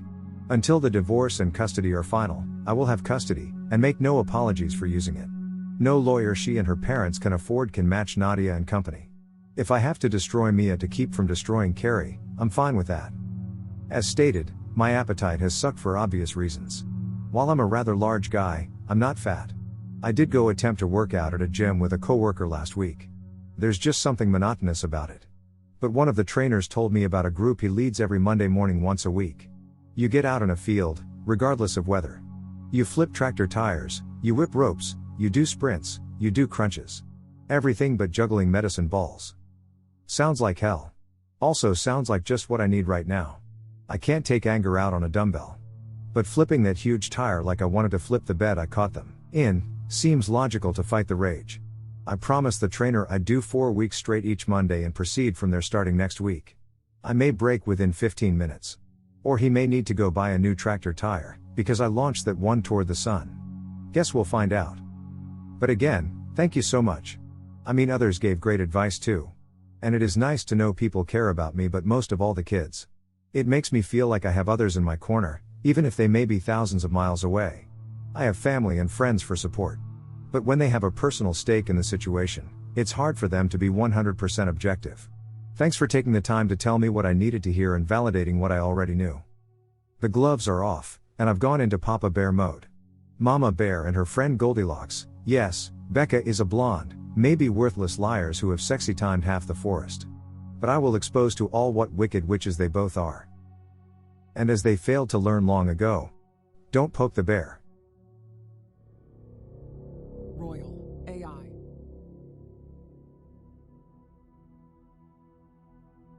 Though I'm not sure where to begin, I don't want to leave anything out. I do have a sense of what I hope to convey when I'm done. It's just very hard to discuss any one aspect of my situation that doesn't branch into other parts of my life. If this sounds disjointed, forgive me, but this will be a long read. The life I was living has been gone long enough, to the point where it feels like it was all a dream from which I woke up. The best analogy I can give is that Mia cast Michael, Carrie, and me in a tawdry reality show against our will and without our knowledge. The show got cancelled, the facade was revealed, and we're left with the cold reality of our collective reality. Not a day goes by that I don't think about how happy I was in my old life. But now, knowing it was all a complete and utter lie built upon lies, I wouldn't want it back. The biggest news I need to share is that I am no longer legally Carrie's father. I have never been her father biologically. My name is off her birth certificate. Officially, Because Mia and I are still married, I am now Carrie's stepdad, as odd as that sounds and is to say. When the divorce is finalized, as things presently stand, I will officially be nothing to her, nor her to me. What should have taken about 2 months to do, took 4 months because there was an upcoming divorce to consider. My name had to be removed from her birth certificate to properly forge ahead with the divorce. Legally, I had every right to pursue having my name removed from the birth certificate of a child that is not biologically mine. It was still left up to the ruling of a judge to adjudicate if removing my name was in the best interest of the child. DNA is legally binding to make you pay child support for 18 years, but our court systems find that of secondary importance when it comes to removing names from legal documents. I was willing and able to show the judge I will voluntarily continue to pay Carrie's health and supplemental insurances. Many guys in my situation couldn't do that, nor should they have to. None of it should be left up to a judge's ruling. The unjust system didn't affect me, but that doesn't mean it is remotely fair. From the moment I first knew Carrie was not my daughter, I have pondered over and over in my mind how to best handle the situation. Yes, learning she isn't mine emotionally destroyed me in ways I don't think I could verbalize. But addressing Carrie's situation with emotion would have been a recipe for disaster. Our emotions betray us, because they are not based on reason and logic. Allowing my love for Carrie to guide me, would have been just as stupid as allowing my hate for Mia to guide me. And legally, I had every right to cut all ties with Mia and Carrie as neither one was ever mine. Morally, I couldn't let Carrie suffer economically because of her mother's rampant promiscuity. Ethically, I could not allow her to feel any of what her mother did was her fault in any way. At the end of the day and after a lot of soul searching, I came to the realization she and I were both victimized by Mia. My soon-to-be ex-wife removed my agency in regard to every aspect of our relationship when she cheated. I wasn't told she no longer loved me or never actually did. I was not allowed to know she'd been unfaithful. I wasn't informed I was no longer her one and only. I was kept from learning she conceived a baby with a stranger and had me raise that child as my own for 6 years. Carrie didn't get a say as to whether she would have chosen me as her dad. She never got a voice to tell her mother what she had done to us both was sheer evil. I wanted to give us both a voice. The day after my name was officially removed from Carrie's birth certificate, I filed a petition to legally adopt her as my daughter. That had been my plan all along. Once I could be certain just seeing her wouldn't be a reminder of her mother's betrayal. I just had to know that, one thing to be sure. And I couldn't know it until I saw her face to face, after learning she's not my biological daughter. If seeing her had felt like the slap in the face her mother gave me when I caught her cheating, I couldn't have done it. People are free to think I'm wrong for feeling that way. Fragile masculinity, I believe, was the term a toxic feminist used toward me, when I wasn't sure how I'd react seeing Carrie again. If I had totally abandoned Mia and Carrie, which I had every legal right to do, I still wouldn't be in the wrong. And I won't pretend that keeping Michael in my life didn't influence my decisions, since Carrie is his sister and Mia is his mom. He's a good big brother and she loves him. That fact mattered in the choices I have made. But Carrie is my daughter. No, it is not to the same extent as Michael is my son, because he is blood related. But I'm her dad and I want her to remain in my life. I just felt I needed to legally set the record straight and open avenues to opportunities we never got. On the surface, it seems like pointless legal actions to get right back where I stood. My marriage was a lie, the relationship I had with Mia was a charade, most likely from day one. What I deserve is a do-over, a chance to pick a different woman to love, in the hopes she might be faithful and loyal. But I can never have that. I can never know what might have been, even if anything I could have done would have been better than marrying a disloyal harlot. The kids won't learn the details of their mother's promiscuity and betrayal for many years. But I want them, particularly Carrie, to eventually know my struggle to keep it together and protect them. I want her to understand that as much as I despise her mother, that I gave myself the option to choose or not choose her as my daughter. I chose Carrie. When the judge asks that poor innocent little girl if she wants me to be her daddy again, I want her to say yes, without a thought. Only years from now will she grasp that she truly chose me to be her dad. She had options too. We were thrown together and had no say in the matter. But I'm doing everything I legally can to adopt her as my own flesh and blood, even if she's not. One day when she's an adult and realizes I gave her the chance to be free of me and she didn't take it, I want her to smile. I want her to know I didn't have to be her dad, I chose to be her dad. In a way that makes our bond stronger than blood. There are a few people I'm related to I'd rather not be, but I didn't get a say in that matter. Carrie and I chose each other when we both could have bailed. She knows I love her, and always will. It's been hard to function, just taking one day at a time to get through the hell that has become my life. It's draining. But I have also pondered on how I want the kids to perceive all of this, years after the fact, when they are adults. When they learn of their mother's activities, how I caught her, and what I uncovered, I want them to be revolted. When Carrie understands I didn't owe one penny toward continuing to raise her but did it anyway, I want her to feel grateful. When she understands that her mom put us both in an impossible situation, but we made it through together, I want her to be happy we made it. When they both realize their stability could have been totally destroyed due to their mom, but I held it all together for the three of us, I want them to understand at least part of my sacrifice. There won't be any revisionist lies being told 10 or 20 years from now. I know their mother is a selfish excuse for a human being. One day, they will know that truth too, and I hope they both shun her from their lives for what she did. But that will be for them to determine when truth is revealed. All I can do is remove Mia from my life in every way possible and keep living. What happens to her is of no concern to me. The kids are all that matter now. Quite a few people messaged me asking how I handled Mia telling the kids we could never get back together, because I could never love her again. The very next day after school, I took them both out for ice cream at a local park. Michael seemed resigned to the fact that I don't love their mom but didn't like it. Carrie didn't like hearing that I don't love her mom, and me telling her that her mom doesn't really love me didn't help. There was a lot of crying and confusion on their part. I was sure to tell them without a doubt that their mom genuinely does love them, and I love them more than anything in this world. But they needed to hear the truth and face a reality none of us asked for. I told them I know they both love me and love their mom. That was really all that was important. Carrie asked me why I don't love her mother. I wanted to be as honest as I could be with her. But I didn't think there was any age-appropriate way to tell her that her mother is a batshit crazy parasite. Telling her that her mom lied to me and hurt me was all I could come up with.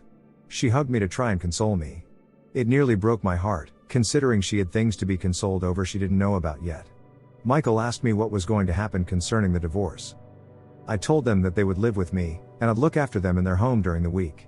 I explained a court would figure out what weekends they would stay at their grandparents' house with their mom. I promised them their mother and I would keep our arguing between us from that point forward.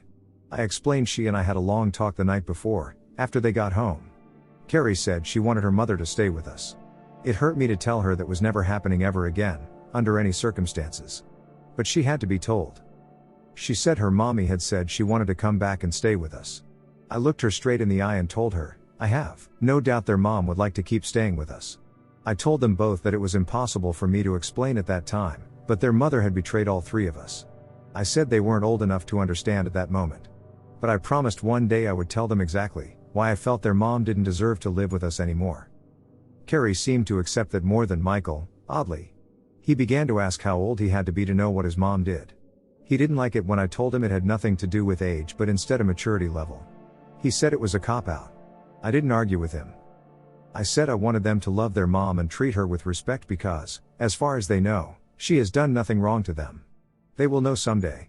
I will leave letters to them in my will if I have to, just in case Rebecca is tickling some ex-con who is willing to get to me. Barring that, I will tell them myself when they are old enough, knowing it will negatively influence their opinion of her. I have a feeling they will soon see a version of their mother that will do much of that for me. One day they will know what she did to all of us, but we stuck together and made a decent life for her three biggest victims. I'm not capable of faking it in front of them and acting like their mom means anything to me. Their mother is completely repulsive, in all ways. If she passes, I would not shed one tear for her vile soul as she splits hell wide open. She deserves it. I hate her for what she has done to me and the children. I hate her for what she has allowed herself to become. I hate her for the stress and tears she has brought to our extended families. She deserves no forgiveness, chances, and least of all compassion. I don't consider her injuries in the wreck karma, just pain and suffering she deserves. True karma would have figured out a way to not ruin my car and would have done a lot worse than the injuries she got. I heard through the kids that their mommy was having pins removed from her shoulder the next day. I didn't tell them I hoped they used a strong electromagnet to do it, but it was hard not to. A few weeks after our talk, the kids came home from their grandparents' house with a letter via my son. It was sealed in an envelope with my name on the front. I couldn't throw it away in front of the kids, so I just placed it on the counter with the junk mail. After I got the kids to bed, I passed by the letter and decided to read it. Mia started out apologizing to me for hurting me. She claimed she never meant to let things get that far, forgot who she was, and wanted to be. She apologized for hurting the kids. As much as I despise her, I had to give her credit. If she had stopped there, I might have given her a bit of respect. Then she wrote that she still loved me with all her heart, always has, and always will. I needed the laugh, I really did, because I knew she actually believed the BS she wrote. That's what made it so funny. But when I kept reading, she claimed that's why she didn't want to develop feelings for any other guy, because her heart belonged to me. I wanted to laugh, couldn't. She couldn't give her body to others if she loved me. She couldn't have done something so hurtful if she loved me. She said giving only her body to other men allowed her to know what it was like to be young and free of responsibility and commitments, since she never got to experience that. So, since she never had any emotional bond with any of the men, her heart only and always belonged to me. In other words, her affairs were strictly physical. She meant that in a positive way that only the sickest pervert could rationalize. By essentially ghosting Mia, it shielded me from more of her lunacy. I felt I needed to do that for my own sanity. Yet I have also shielded myself from understanding the depths of her depravity in mind and body. I've thought thousands of times since D-Day that I never knew her. What she chose to write to me, let me know she never knew me. She wasn't even trying to piss me off, I could tell by the way she wrote it. Her words were essentially telling me her actions were the lesser of two evils. To her, the lack of emotions toward other men saved her heart for me. That was essentially her rationale.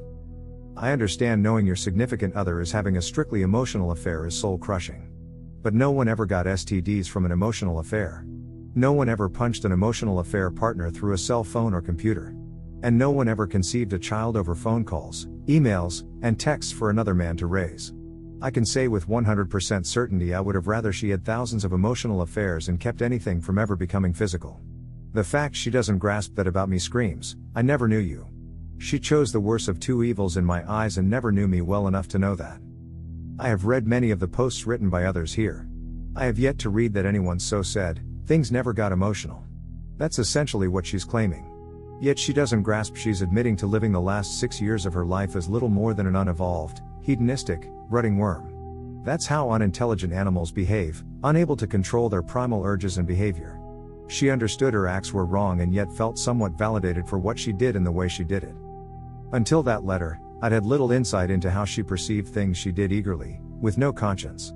The depths of depravity she not only condoned but welcomed, removed every ounce of attraction I have for her. I'll forever have mind movies in my head because of her. They were bad after only catching her with that random guy. They got worse after she admitted to cheating with enough men to fully staff an aircraft carrier. But when the pie showed me some of the recovered texts, pictures, and videos from her old phone, it broke something in my psyche. It's like I was married to P-Hub for 6 years. Anyone that finds out their significant other had a one-night stand, I sympathize with you so much. People that learn their so was having an affair with someone, my heart truly breaks for you. But I can't put into words what it's like to know the love of your life was being defiled like the sleaziest one of ancient Rome and enjoying it. I cannot picture Mia in my mind now without imagining her face in a specific way that disgusts me that much, and that is how debased I will view her forever. No amount of emotional bonding with someone else was ever going to make me think that horribly of her. Unworthy in an instant, she turned into a 6-year time bomb. The motion to adopt Carrie was the second or third biggest thing Mia had to worry about the day I filed paperwork. At noon, a sheriff's deputy showed up at her parents' house to serve her with the divorce papers. At 10 minutes past noon, another deputy showed up to serve her with paperwork, due to the civil suit I filed against her. The calls and texts from her parents' phones went unanswered and unread. Calls to my lawyer were met with urging to get her own legal counsel to get the ball rolling. That wasn't what she wanted to hear. I'm told she screamed and yelled at several staff members that day. Nadia eventually told her that the divorce would proceed, like it or not. Any further harassment to her or her staff would be severely dealt with. I kind of wish Mia had kept pushing. Orange was never her color, but what she's done should truly be criminal. It was over a week later that a lawyer representing her phoned Nadia, and they had their first discussion. He asked if we were serious about the civil suit, to try and recover expenses incurred raising a child that isn't mine. Nadia assured him we were going to try and recover every cent incurred due to paternity fraud. She negated to tell him none of it is about money. Even if I win, the odds are high I will see little or none of what any court awards. But if I win, it will be money coming out of any and every paycheck going to me until paid in full. It would be a costly reminder and punishment for what she's done. And even if I lose, she has to pay a lawyer to represent her, and that's more expenses she can't afford. He said he understood the vast majority of assets, including the family home, were mine long before we married. But he urged that we couldn't honestly expect to get custody of both kids, have her pay child support, and for her to live with no spousal support after a severe accident. Nadia told him, his client had been unfaithful in the marriage long before the wreck and that she picked a bad time to get caught. She informed him our goal was to make it as painful for Mia as possible. Her car was the only item of any value in her name, which was in her possession, and she could keep it. Mia was allowed to keep her retirement savings as her own, because my portfolio dwarfed hers. She wouldn't have even had that 401k without my urging. She put in the maximum allowed each pay period. She never had to contribute to any utilities. Buying her own car and paying her own insurance was her only expense. The rest of her money was her own. Now she gets to live on it. I know she's already feeling the financial pinch, and it's just going to get worse for her. If I win the civil suit, Starbucks sales will plummet. But it has to be done. I just don't think she ever expected I'd go to the lengths I am. As far as cars go, I drove her car around for a few months after my car was wrecked. Being the only thing of value that she owned, adding mileage to the car was satisfying even if it was petty. But I bought a beautiful new SUV, and got my buddy to follow me in it as I drove Mia's car to her parents. I left the key in the mailbox with no idea when she'd be able to drive again. Given her past, I was sure she'd be on the hunt for vitamin D as soon as she was able. I hoped living with her mom and dad was making her feel young and free of responsibility. However, having random men come over for a pajama party at her parents' house is just tacky. She would eventually need some place classy to offer her sugar walls to strangers, like a 2020 Acura. I thought about donating her car to the local community college criminal justice department. Those candidates would be experts on the use of luminol by the time they became actual police. As warped as it sounds, the most satisfying thing about dropping that car off was the spare tire. It doesn't have one, never did. That was a major point I gave her when she asked my opinion about purchasing the car. I remember her saying all sweet and cute, that she had me to call if she ever got a flat. It was all I could do not to leave a note under the trunk mat saying something like, "Bet you wish you had a spare now." But I'm sure eventually she'll get the message, all on her own. A few days after the lawyers spoke on the phone, they met in person to discuss things. Her side wanted a meeting to discuss Carrie's situation. Even if I didn't want to, I didn't want her putting up walls to prevent me from adopting Carrie. I agreed for our daughter's sake, and we met them at Nadia's firm. I was seated in the main conference room, when Nadia walked in with opposing counsel and Mia. I had never truly understood what people meant when they said someone looked rode hard and put away wet, until that moment. She looked horrible. For quite a few minutes, I thought my eyes were just deceiving me with some sort of blood rage hatred hallucination toward her. It wasn't until Nadia gave me a side-eye glance due to my ex's appearance, that I finally knew I wasn't tripping. She'd lost weight to the point that the sides of her face were ever so slightly concave. She'd never been fat and shed the baby weight both times with ease. She looked like she had an appointment to get her mug shot taken in Florida. She'd cut her hair. It wasn't quite a Karen cut, but it was Karen-esque. And it looked like it hadn't been washed since the wreck. I'm not sure what she could have worn that would have been flattering. But I swear, I made sure she got all her clothes back. So, nobody could blame me for that ensemble. The two lawyers discussed some things back and forth to start the meeting. I could feel Mia's eyes on me, but I didn't want to look in that direction.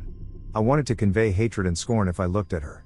When I finally glanced her way, I wondered where the beautiful girl I once knew had gone. Bullet dodged. From beautiful to bag lady in 6 months. Now I'm just somebody that she used to know. Thankfully we began discussing Carrie, to take my mind off of how rough she looked. They asked if there had been any attempt to find Carrie's biological father yet. I told them, nothing pertaining to that was going to take place until the divorce and custody issues are totally finalized. I then asked if she'd remembered any names that might lead us to baby daddy number 2. I felt trashy just saying it, and she didn't like hearing it, but truth is truth. She said no names from that time in her life came to mind. I asked if she had any plans to block me from legally adopting Carrie. She insisted she wished I never had my name removed in the first place. She certainly wasn't going to try and keep me from putting it back. That was all I needed to know. Have a nice day, drive safely. Or not. Before I could stand up to try and urge the meeting to end, Mia asked me, Could you have forgiven me and taken me back as your wife after my first mistake? If I confessed to it and swore on my life to never stray again. She got me. It's a question I knew she had asked herself over and over since the first night she strayed. It's a question she knew the answer to, and so did I, and that was the sticking point. Just asking the question was her way of making a statement. She knew, Giving her body to anyone else in my eyes was an act that would cause me to remove her from my life as instantly and permanently as possible. We had discussed many times how we would both treat being cheated on. I'd told her if I ever found out she cheated, I wouldn't listen to another word she ever said. The time to talk was before infidelity, everything after is just noise, excuses and hot air. After several minutes of silence, I reluctantly told her she already knew I would not have given her a second chance. Then I asked her if I'd had an affair baby with a random hookup and brought it home 6 years later if she'd look after it. It got ugly from there. She said, "You're doing everything in your power to hurt me now. I didn't deny it. You're not my parent and you don't get to punish me for being bad."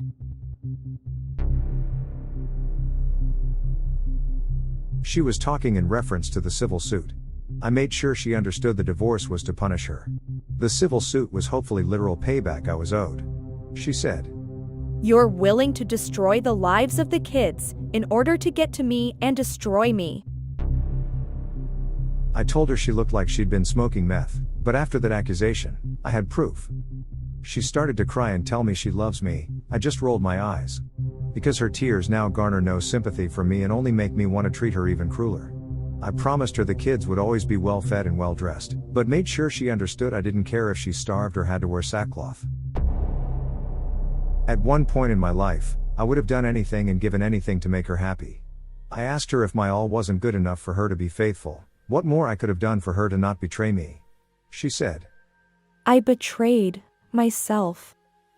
I yelled that she betrayed Carrie. I told her she betrayed everyone in her life. The lawyers calmed things down, and Nadia shared a proposed temporary visitation agreement with them.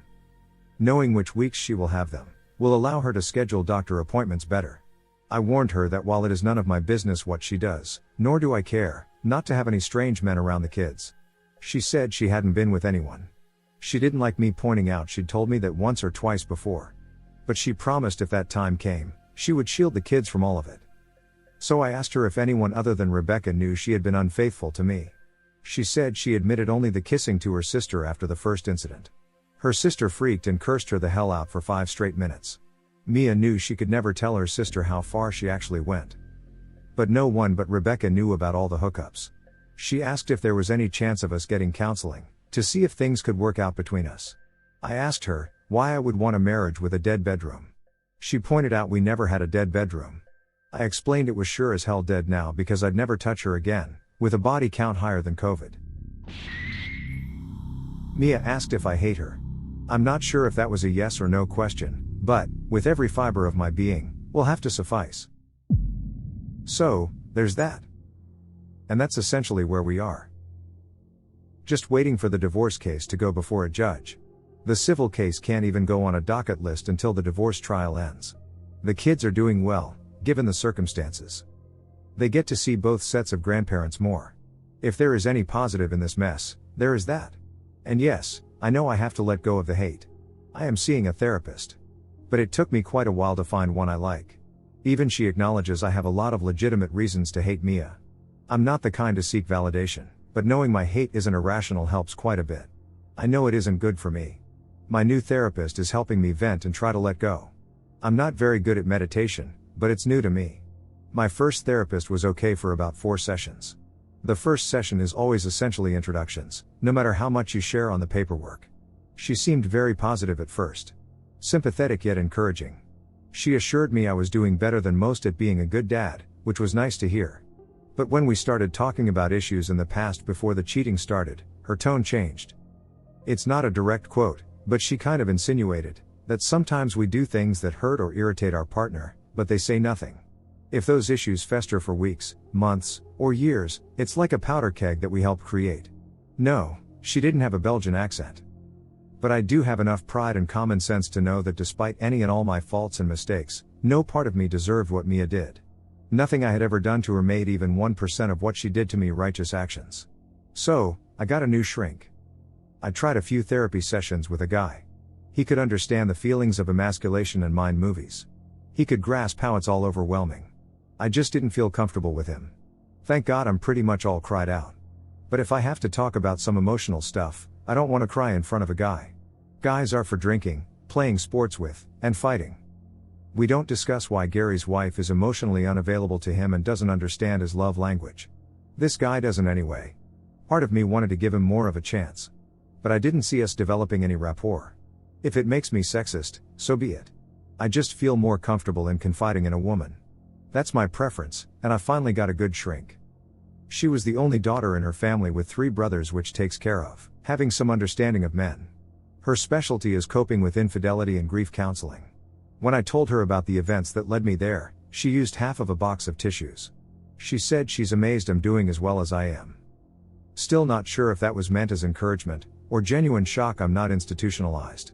I'll call my therapist Sarah for the purpose of this post. But she's helped me quite a bit just by listening. She says I am difficult to read, and that my outward appearance doesn't match my friendly personality. She noted that I use humor to diffuse tense situations and disarm people. I told her it ruins the fun if she calls me out on my BS beforehand. But she is figuring me out. She says I have to figure me out now. She was adamant she was there to help. But rebuilding my life and myself, it's going to take effort by me. I can't just pay someone else to do the work for me. I'm going to have to take stock and see how genuinely damaged I am, repair what I can, amputate what I can't. It's going to hurt, even more than I've already hurt. But I have to come to peace with all I've lost because it's not coming back. The kids see their own shrink, 40 minutes with each and then 40 minutes with the 3 of us, twice a week. They've been doing great. The therapy is allowing them to come to terms with the inevitable. I was a little concerned how family therapy was going to go due to how I feel about their mom. I've been silent in sessions when they have expressed missing their mom or wishing we were all still together. I thought about showing them on the doll where Mia hurt me, but dolls don't have a soul. Sometimes I don't feel like I have one anymore either. I have gone out of my way to try to be sociable and lean on friends. But given what I have ahead of me, small talk feels too trivial. I know friends are tired of me venting, I would be. I've tried to not go on a rant, but the betrayal still eats at me, it's still always at the back of my mind.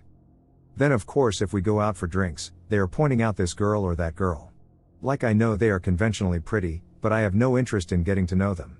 And unlike my wife, the hygiene issues alone would prevent me from doing any hookup activity even if given the chance. Rest assured, none of these young ladies has left any of the establishments crying because they couldn't be with me. The lack of interest was totally mutual, nobody loses.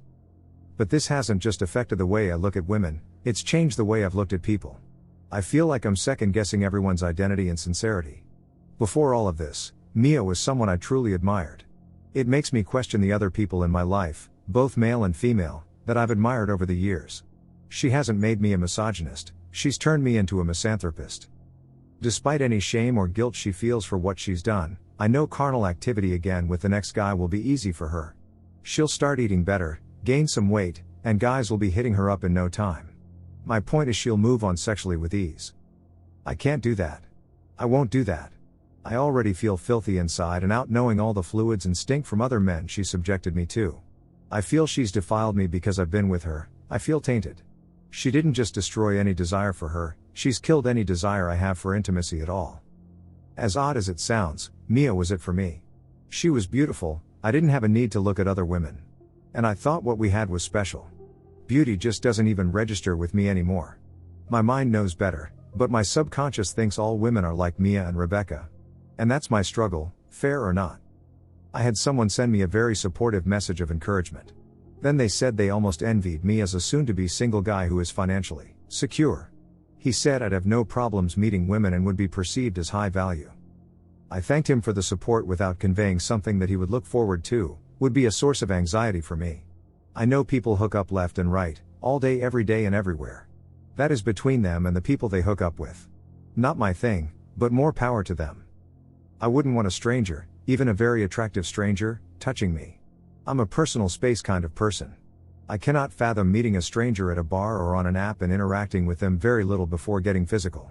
Knowing humans often then agree to go off somewhere, remove their clothes, and have sexy time and see no issue with it amazes me.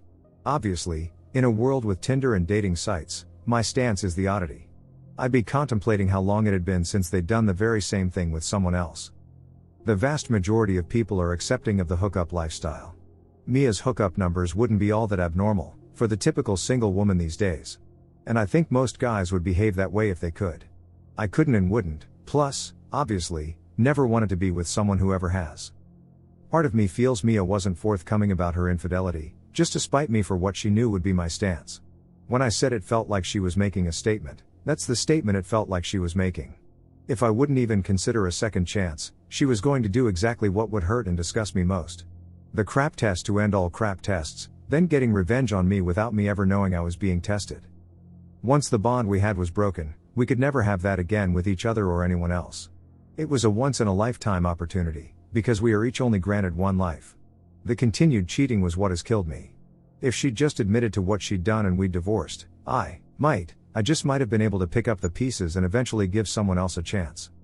It's like she wanted to destroy me so there would be no way in hell I'd ever want to be with anyone again just because she couldn't have me back. Diabolical. And I don't care how many showers were taken and protection was used, some foreign DNA made its way back to me. I hope she grows a mushroom. When Mia and I had only had sexy time with each other, every action was a pure and beautiful act. Her first act of infidelity destroyed all that had been or ever could be, in an instant. Anyone outside a relationship physically engaging with either partner defiles and poisons the relationship forever in a nanosecond. It's like the relationship is a tall glass of cold milk. The second her lips touched the lips of another man, that was like placing one drop of India ink into the milk. It's just one drop, it's still mostly milk. Pay no attention to the rapid discoloration, it probably tastes the same, just go with it, right? But instead of telling me about the one drop of ink, she let me drink the milk. Not only did she keep letting me drink the inky milk, she kept adding ink. Some people are like a glass of milk with one drop of ink. Mia is now a glass of ink, with one drop of milk. She's had no morals whatsoever. The night she was conceived, I wish someone had run up and slapped her dad's jingles so hard he would get an error. The world would be a better place. The things most people get a rush from pertaining to new relationships cause me massive anxiety. I remember getting butterflies with Mia. The feeling made me nauseous. I even had to get used to someone as pretty as Mia whom I liked, invading my personal space. It's not a self-esteem thing. She and I were both outgoing around each other but introverted by nature. Figuring out how to really kiss, feeling that closeness for the first time, I had to ease into it. Everyone thinks all teens are hormonal horn dogs, but she and I actually weren't. We very slowly progressed things physically as we learned and grew more comfortable. I was taught that was the way it was supposed to be. That's what I wanted. That's what she swore to me she wanted as well. The thought of trying to be intimate with someone new just makes me cringe. But of course, now the thought of Mia is like the antidote to Viagra. It's all too much. I find myself ashamed more every day to be part of the human species. My life wasn't supposed to go this way. We had so many beautiful moments awaiting us as a family, but memories are destroyed, and those moments will never be. At the end of the day, I loved Carrie, but I had to let her go because our relationship was forced upon us from day one, against our will. By adopting her, I'm telling her if given the chance, because I have given myself the chance, I'll choose her as my daughter all over again. When the judge asks her if she wants me to adopt her, it will be her with all that love for me returning. Full circle. Things set right, or as right as they can be. I can never be her father. That title belongs to some guy walking around not knowing he has a 6-year-old daughter. But I'm the only dad she will ever know. Protector and provider, long after any legal obligation would have lasted. I've done what I had to do to keep my sanity, even when others questioned my actions or accused me of being cruel. I've done what I thought was needed, to allow me as two biggest victims to stake their claim to what was never truly theirs. I've made mistakes how I've handled things. I won't know they were mistakes until much further down the road. But I've done my best. I will try to do another update when I can once more issues are finalized. I apologize for the rant and lapse between updates, for when I say some harsh things, and for the length of this all. I will try to do better as I and the kids press forward, together. Peace and thanks to all. You, sir, are by far one of the strongest men I know of. You deserve a loving and loyal woman, who will complete you, and I know one day in the future you will find her. Hope to see more updates from you in this journey. For you are an inspiration to many. I'm no stronger than the next human, but thank you. I'm learning as I go. If one word I write can help someone going through something similar, it was worth it. I honestly believe all, or at least most people have an inner strength they don't even know about because they have never had to rely on it before. I hope they never do. But when someone is diagnosed with cancer, a loved one passes unexpectedly, they encounter financial ruin, etc., that strength is there to get them through. As far as anyone else in the future goes, it's just not worth it. There was one person I didn't think I could live without, Now she's gone and I'm still living. That proves I need no one in my life at the end of the day. Any benefit a woman could bring to my life is dwarfed by the potential chaos she could also bring. Vegas would call that a sucker's bet, and I'm not playing with house money anymore. I cried a little reading this. You seem like a really great guy and dad. Wish you the best of luck. I'm a good dad. The hardest thing to do since D-Day has been not to shower them with Amazon love. I could buy them so much stuff. But I want to spoil them with my time and attention. Yes, I have gotten them brand new outfits for the entire weekend. Every weekend they went to their mom's. But that was to make her feel bad she can't get new clothes and show her the kids are doing great with me and without her. I haven't bought Carrie a pony, but if she ever asked I'd be rationalizing it for her in my head. They are both active and not really materialistic. That puts me at a huge advantage post-rec with them. I didn't mean to make you cry. I appreciate the well wishes. How you feel today doesn't have to be how you feel tomorrow. It has been just 6 months since you experienced a trauma that is bigger and worse than any trauma you have experienced before. I would be honestly surprised and shocked if you would already now be thinking about future relationships or having sex with someone. I understand where your thoughts are coming from, but I want to urge you to always take into consideration that you can't think that you will ever be interested in being romantically involved with someone again right now. That is okay and probably even for the better, but how you think about that in a year from now or 2 years from now might be different. So be kind to yourself and take all the time you need. You can and will do this. Regarding Mia, there are 2 things that I want to tell you. I bet that the way she looked at the meeting with the lawyers was something she planned. The choice of clothes and how her hair looked was planned in hopes to get a reaction from you, at best that you feel pity for her. She knows you and wants to manipulate you into feeling sorry for her. It was good to read that she didn't get the reaction from you that she wanted. But with that, then comes the next point. Hate will cause more hate. At one point, and I think Mia is very, very close to that point, she will accept that you will never take her back or give her another chance. The feelings she has for you, which she defines right now as love, will then change. Due to the civil suit, the way former friends and family members perceive her, the knowledge that the kids will one day find out about what she did, and probably also by being in contact with Rebecca, these feelings will turn to hate towards you.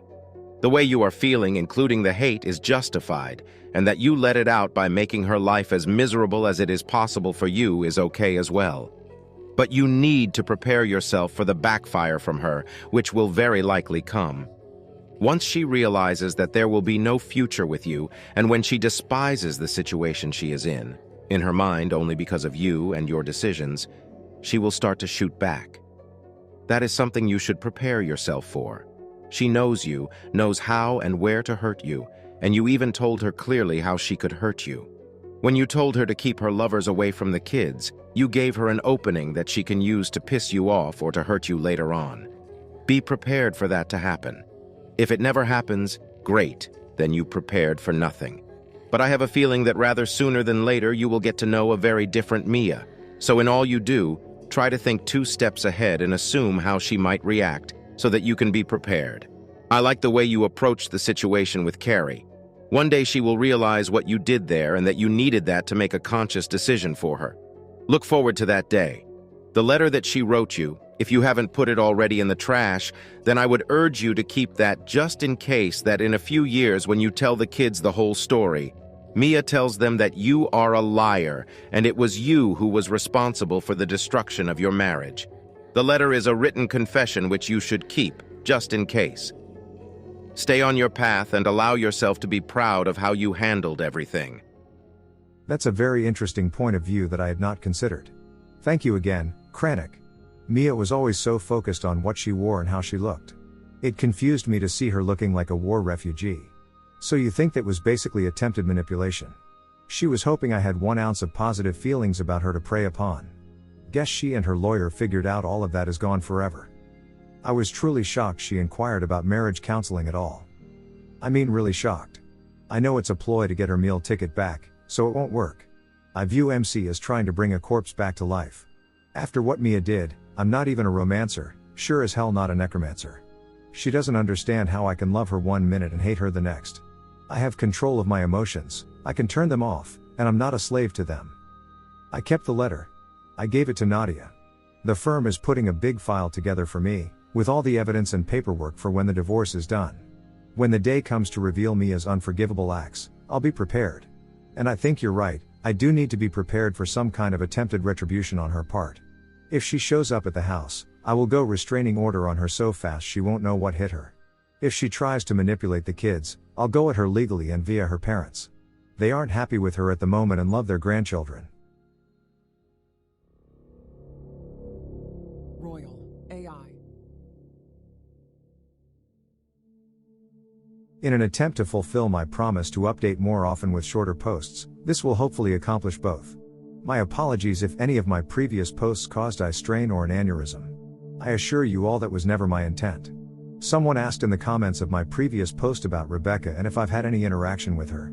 Just so no one has to go back and read that response, I will explain where things stand here as well.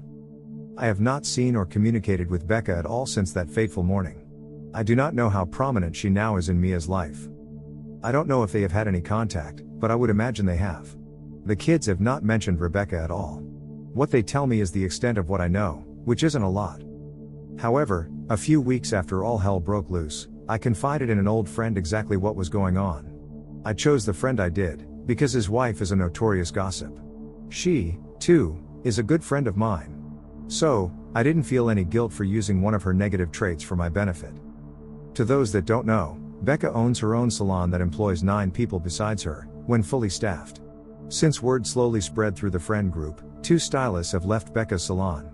I cannot know if they left for greener pastures, or as a protest for her role in my marriage failing. But I can hope. When things are finalized, I will be airing her dirty laundry freely and often. If that causes some people to not want to work for her or visit her salon, that's great. But I will have to wait to verify if my actions bring her any misery. One thing of note, is that I ran into Mia's sister in the grocery store. She hugged me and apologized for her sister's stupidity and immorality. I have no doubt many here would have told me to have no contact with her, since she is of the enemy camp. But I have always liked Mandy and her husband Doug. So, I invited them over with their children to enjoy the pool. We cooked out and Doug looked after the kids and the grill while Mandy and I talked. We made every attempt to not let any of the kids overhear our conversation. Thankfully, they were all distracted by the pool and plenty of good food to let us talk at length. To make a long story short, Mia's family knew she cheated on me with more than one man. But Mia blew smoke up their collective noses when it came to any admissions about body counts. Mandy and her parents were told Mia had a couple of short-term affairs after Michael was born, until she got caught. When she used the term a couple, I asked how many Mandy considered a couple. She replied, 2 or 3. I went and got the folder containing just text exchanges between Mia and the guys she'd had adventures with for Mandy to view.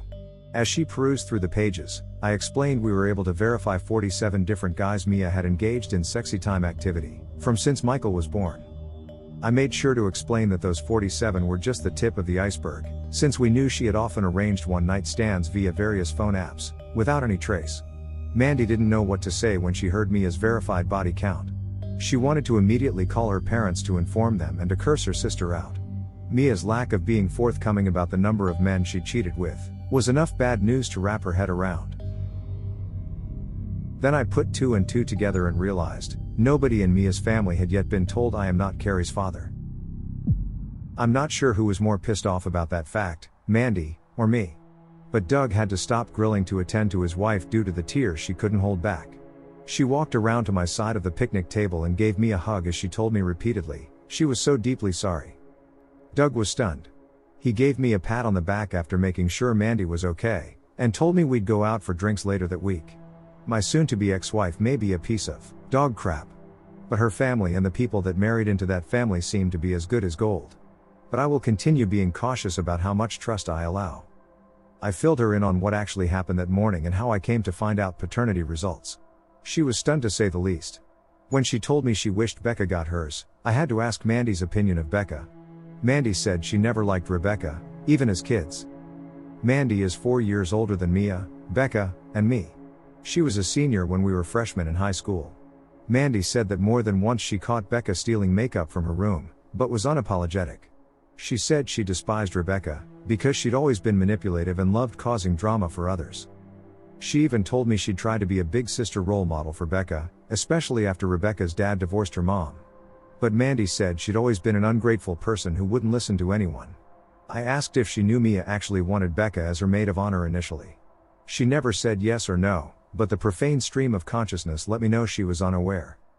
I filled her in on things Mia had told me via letter and in the company of attorneys. She was as shocked over Mia's reasoning as much as anyone. She stated their parents hadn't raised them to be like that. She said her sister had declared she never wanted to be with anyone but me long before high school. I'm not sure if that means Mia was deceiving herself from a young age or if feelings changed. I just know humans cannot truly love someone and offer their body freely to others. Either the love was never real, or it had died long before I knew it. Mia has made the claim that her heart now and has always belonged to me. I now know that was pure lies, and I wonder if she was even capable of love. Not that it matters now, of course. If her heart truly belonged to me, I'd be selling it for transplant to the highest bidder, even though I know it's defective. After lunch, the kids kept playing, so I got to talk with Doug and Mandy at length. She filled him in while I went and got ice cream for the kids and served them. When I got back, I could see tears in Doug's eyes, and he gave me a long brotherly hug before I sat back down. He asked about the guy I caught Mia with, what the aftermath was there. All I could tell him was when I left the guy was unconscious, and his lower eyelid on the left side looked like it belonged to a hound dog due to sagging. No authorities ever contacted me. So, I knew his friend never took him to there. But I knew enough to know his orbital bone fracture would require surgery, and I never got the bill. Doug said I should have done more. I told him if Mia and Becca hadn't jumped on my back to weigh me down, I probably would have. But I'm glad I didn't. I was consumed by rage. I'm glad I got out of it. Doug asked if anyone had any idea who Carrie's father actually is. I explained that Mia had fooled around with far too many guys to know. But I told him the search will go into high gear once all divorce and civil proceedings have been completed. They were both glad to know Mia will get owned in the divorce.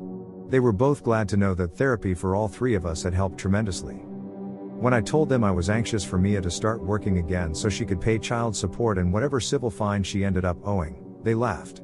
Doug said if paternity fraud was a crime, Mia would get the highest penalty. I told him Mia may as well have committed maternity fraud, because any woman that could do what she did was no mother at all. About an hour after they left, my phone started blowing up with calls and texts. The caller ID let me know Mia's mom and dad were both reaching out, as well as calls and texts from numbers with no ID. Then Mandy called and I answered. I could hear her, but there was a lot of screaming and yelling in the background. She stepped outside away from the noise to tell me she'd filled her parents in on all of the truth. Her dad was busy throwing Mia's belongings into her car. Her mom cried and told her what a disappointment she'd become and how ashamed they are to have raised her to be a woman with questionable virtues. Call me old-fashioned. But when your mother calls you a skank, it's pretty safe to say you stayed on the train to the village of immorality 1, 2, or even 47 too many stops. I could hear Mia crying and pleading that she had no place to go. Instead of gloating that she was getting some of what was coming to her, I thought of the kids. I have no issue with Carrie and Michael staying at their grandparents' house. But anywhere else I could think where Mia might go, there was no way in hell I was going to allow them to stay with her. If she went to Rebecca's, there was no damn way I'd allow them to be anywhere around that bimbo beautician. Even if she somehow managed to secure a hotel room with her limited earnings, I didn't trust her not to have some random guy stay over. I was happy her family knew some of the truth. But I knew that doing so was going to cause visitation issues. Yet if she didn't find a stable and safe place to stay, I knew the court wouldn't allow any form of unsupervised visitation. Getting to see her kids with supervision for an hour or two every other weekend was going to hurt. But it was a grave she dug for herself with lies. If it meant a homeless shelter or the actual gutter itself, I didn't and still don't care. Mandy and I were still on the phone when I heard Mia come outside and ask if it was me on the phone. Mandy asked what I wanted her to tell Mia. I probably shouldn't have said the truth, because Mia snatched Mandy's phone and began to hysterically plead with me. She asked why I was so intent on destroying her life. I simply replied because she'd destroyed mine. She urged that I could have my life back if I'd just forgive her. I told her that life was over and never actually existed due to her lies. Again, she lied and swore she loved me. I told her in a not so eloquent way that the only thing she loved in this life was herself and sex. She insisted none of them meant anything to her. I told Mia they all meant more to her than me or her family's security, or she wouldn't have risked it all over and over. She asked why I had ratted her out to her sister and parents. I asked why she hadn't been honest with them about everything, especially about me not being Carrie's father. She cursed at me, and said I am her father. I cursed back and told her I'm Carrie's dad and always will be. But she should have at the very least told her family the truth. She said that her parents were disowning her and kicking her out. I told her I'd heard, I was happy to hear, and I was going to do everything in my power to make things worse. She said she loves me and asked how I could be so cruel to someone that loves me. I told her she should have been asking herself that question 6 years ago. I told her I knew she felt regret, simply because she was losing everything and now people are hearing the truth. But I explained what she did makes her worthy of being shunned as well as spoken ill of and toward. What she was experiencing from her family is what she in fact deserves. That was it. 3 days later, Nadia called and said Mia's attorney called to try and set up another time to meet together. We set that meeting up for last Friday at Nadia's office. Needless to say, I didn't want to see or talk to her. But I knew being essentially homeless would have implications on judicial custody decisions. As soon as we sat down together, her lawyer informed me that Mia had been living in her car since her parents kicked her out. I asked why she didn't stay at Rebecca's since that rotten apple helped get her into her situation. Mia didn't respond. Instead, Mia asked if there was any way I'd let her come home or if we could do marriage counseling. I told her she needed to ask her parents if she could come home. The house where the children and I lived was off limits and she and Becca were to stay far away. As far as marriage counseling went, she was free to try it with whomever was stupid enough to marry her next. But I was certain she could never be faithful to anyone after what happened.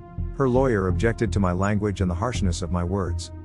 I told him he was a money-grubbing fart, just for representing her, and asked if she was paying her legal bills via OnlyFans. Nadia put her hand on my shoulder to calm things down, and asked if we could all be more civil. I asked to take a break because I'd already loaded my next verbal salvo, and I needed to let off some steam. We took a 20-minute break, and I went out to my car just to get away from everyone. I saw Mia's car and thought about writing "Home Sweet Home" with my key on the hood. But I knew I couldn't, and I was already dealing with enough lawyers. I could see fast food garbage on the passenger side and piles of clothes in the back seat. Living the nightmare.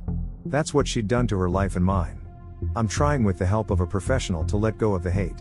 But I saw no reason to treat her with one molecule of respect or decency. Everything about her was indecent, and she doesn't even respect herself enough.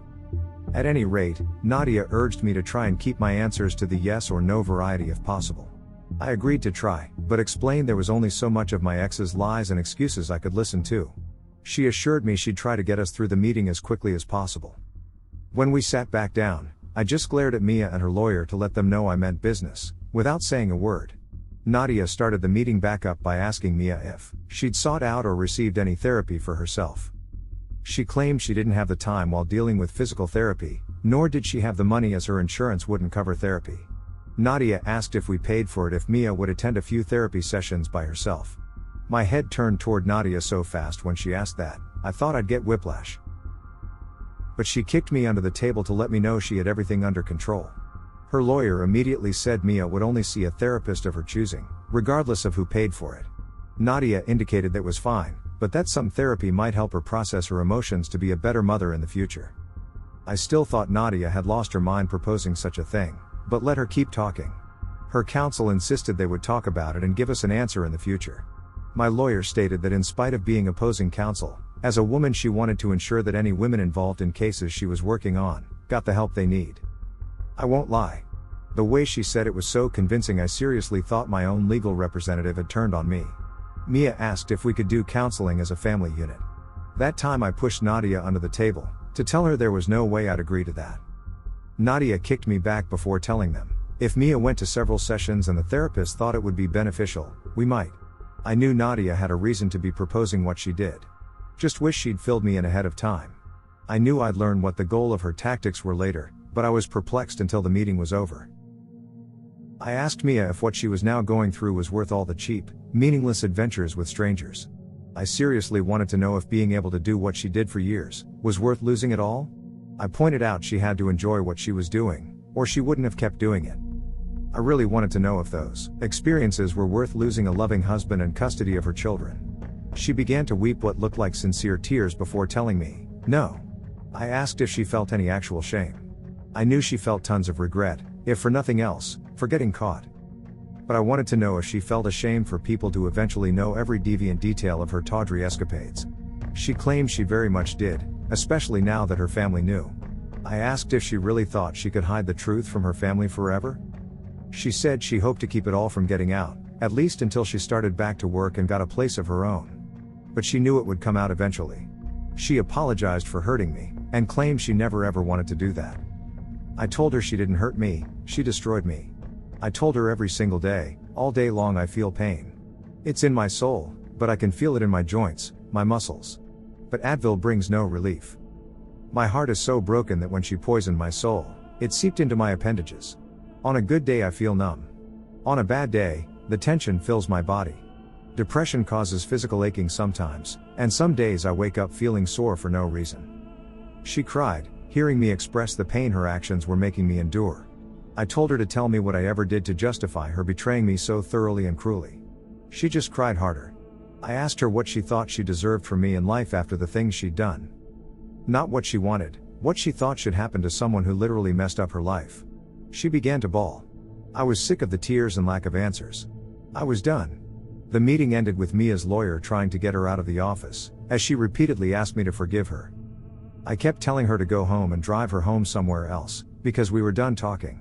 When they finally got off the premises, I made Nadia explain why she'd proposed I pay for Mia to see a shrink.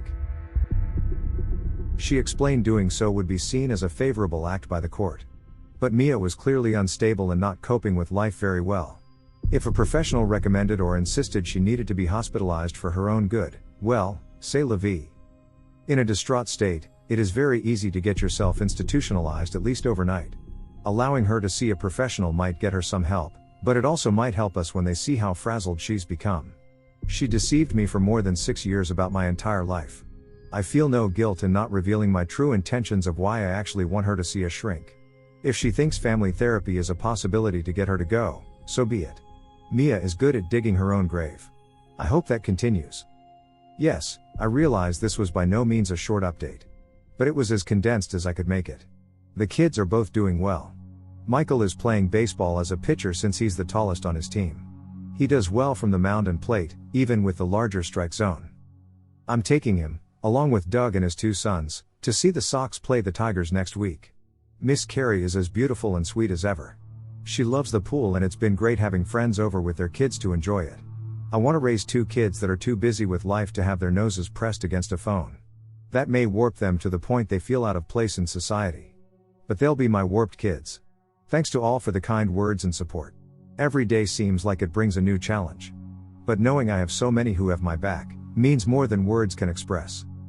Before I wrap it up, I want to share an important side note. A few people got the idea that Mandy and her parents knew Mia had cheated on me before I knew.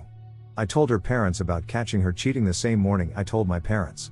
They knew nothing of her activities before I told them. I did not find out until later that Mia had cheated with multiple men, one of which is Carrie's father. I was the one to inform Mia that I am not Carrie's biological father. I just assumed she'd told her family. When her dad referred to those men, I assumed he knew she'd been with so many men. I love her family. I don't want them to hurt any more over this than they have too. I had, and have, no desire to put salt in their wounds. Mia admitted to a couple of short-term affairs to them, that's it. I was trying to protect Carrie and assumed she'd discreetly tell her family. I cut off contact with them and had been communicating via Jessica and Nadia. Until I ran into Mandy, I hadn't had a sit-down talk with anyone in her family. We came to find out Mia was hoping it stayed that way. Sorry for the confusion. Peace and thanks to all.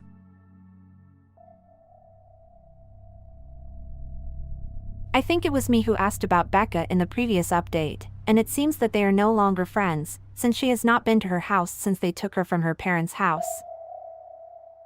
The more Mia answers questions, the clearer the picture becomes. From the very first time when she met you with Nadia and answered that she was with you because of the safety you provided, up to now, when you asked her if she felt shame and she replied that she did, especially after her family found out. Not when you found out, but when her family found out. Mia is worried about a lot of things, her reputation, safety, and losing the last bit of comfort that she received after losing you. But the one thing she never worried about was you, your marriage, or your kids. All that you wrote here only confirms to me what Mia truly cares about. Herself. I mean, it somehow makes sense.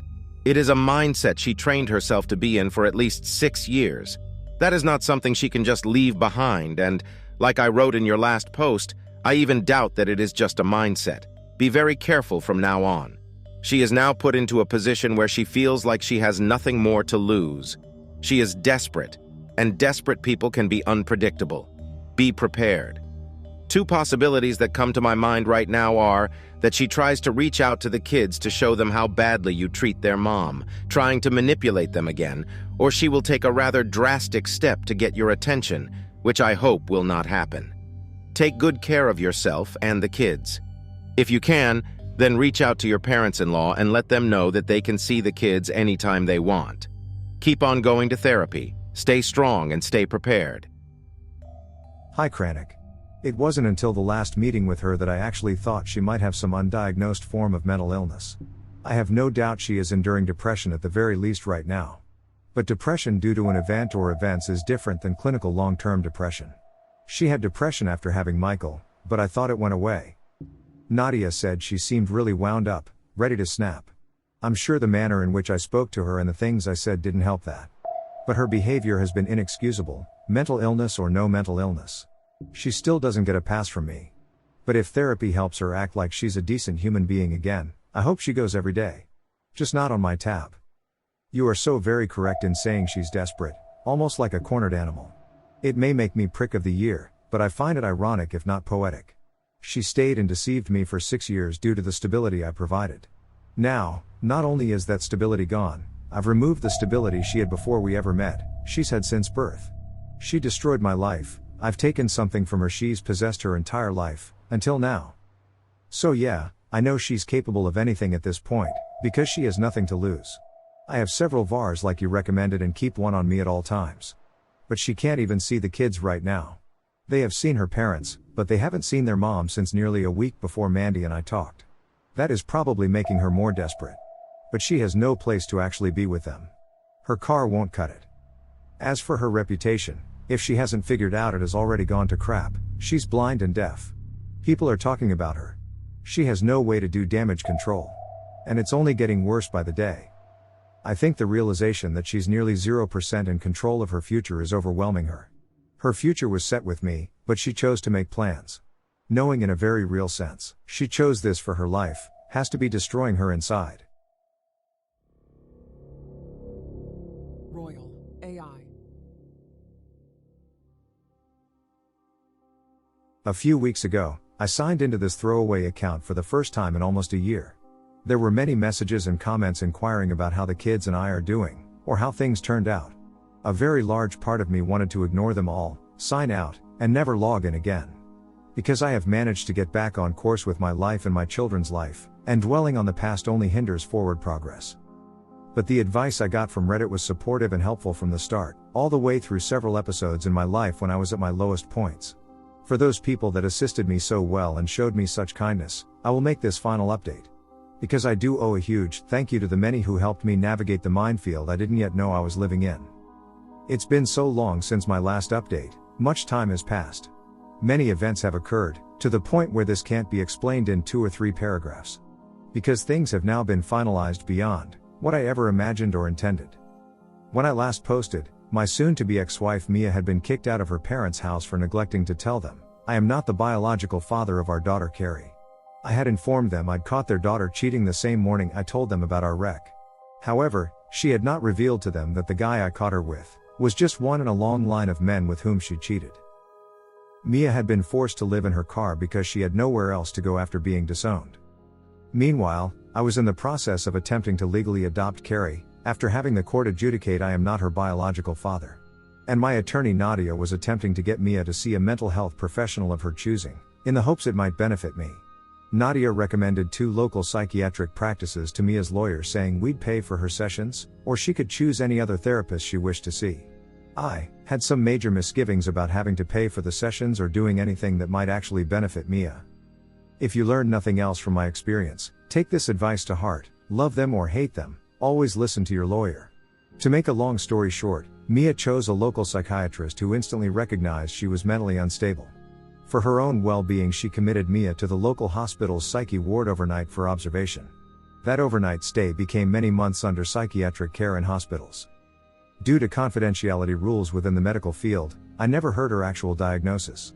But her attorney said each time he saw Mia she was heavily sedated and out of it. Those initial months she spent trying on designer straitjackets delayed the finalization of the divorce and child custody hearings. However, since Mia was not contesting and her counsel could stand in as her representation, there was no delay in my attempt to adopt Carrie. As sad as everything had recently been for me in my life, hearing that judge question Carrie and listening to her responses made me so unbelievably happy. Carrie didn't know she had ever been declared not my daughter by the court at my behest. So, it seemed funny to her for the judge to ask if she wanted me to be her daddy. I was so proud of her, though she couldn't understand why. She was just happy when I told her I loved her, as she hugged me as her adopted father for the first time. I was glad Michael was also there, but even more grateful Mia wasn't. Neither Michael nor Carrie really had any understanding of what the hearing was about. But Carrie is now legally my daughter, even if we share no DNA. When I saw Mia cheating, it instantly removed all love I ever had for her. Until I was able to reunite with Carrie, I was so afraid that because of what her mother did, I would lose all love for her as well, or resent her. To still feel that love I always had for her again was such a relief. I would not have been in the wrong if I couldn't get past that, no matter what anyone wants to say. If paternity matters enough to the legal system to force a man to pay for a child that is his, it also matters enough for a man to not be able to accept a child that isn't. But damn it, I really needed Carrie in my life. I'd lost too much already, and she needed a dad who had already loved her for her entire lifetime. If I'm honest, there will always be a tiny part of my soul that will remain broken, because she is not my biological daughter. I cannot put into words how devastating that was to find out and accept. I know I am doing the very best I can as a parent in this situation. I believe time given to children and love is far more important than anything any parent could buy them. So will always be my focus. Other than Mia's mental issues, there was truly no reason for the divorce not to be finalized. She wasn't getting a penny from me, and even her own lawyer admitted that in her situation, she had no hope of getting any custody at that time. If and when she got out of her padded cell paradise, if she found a safe place to live, she could petition the court to gain some type of visitation and her custody. The court appointed a legal aide to vouch for Mia being cognizant of what she was doing. Her lawyer got her to sign the divorce papers with witnesses and had them notarized. I had to show up in court with Nadia a week later, for attorneys to get the judge to finalize some issues. 2 weeks later I was legally divorced from the biggest mistake and waste of my life. I should have been happy about that, and I was. Signing the papers was the symbolic nail in the coffin to our marriage. Yet, it all felt anticlimactic somehow.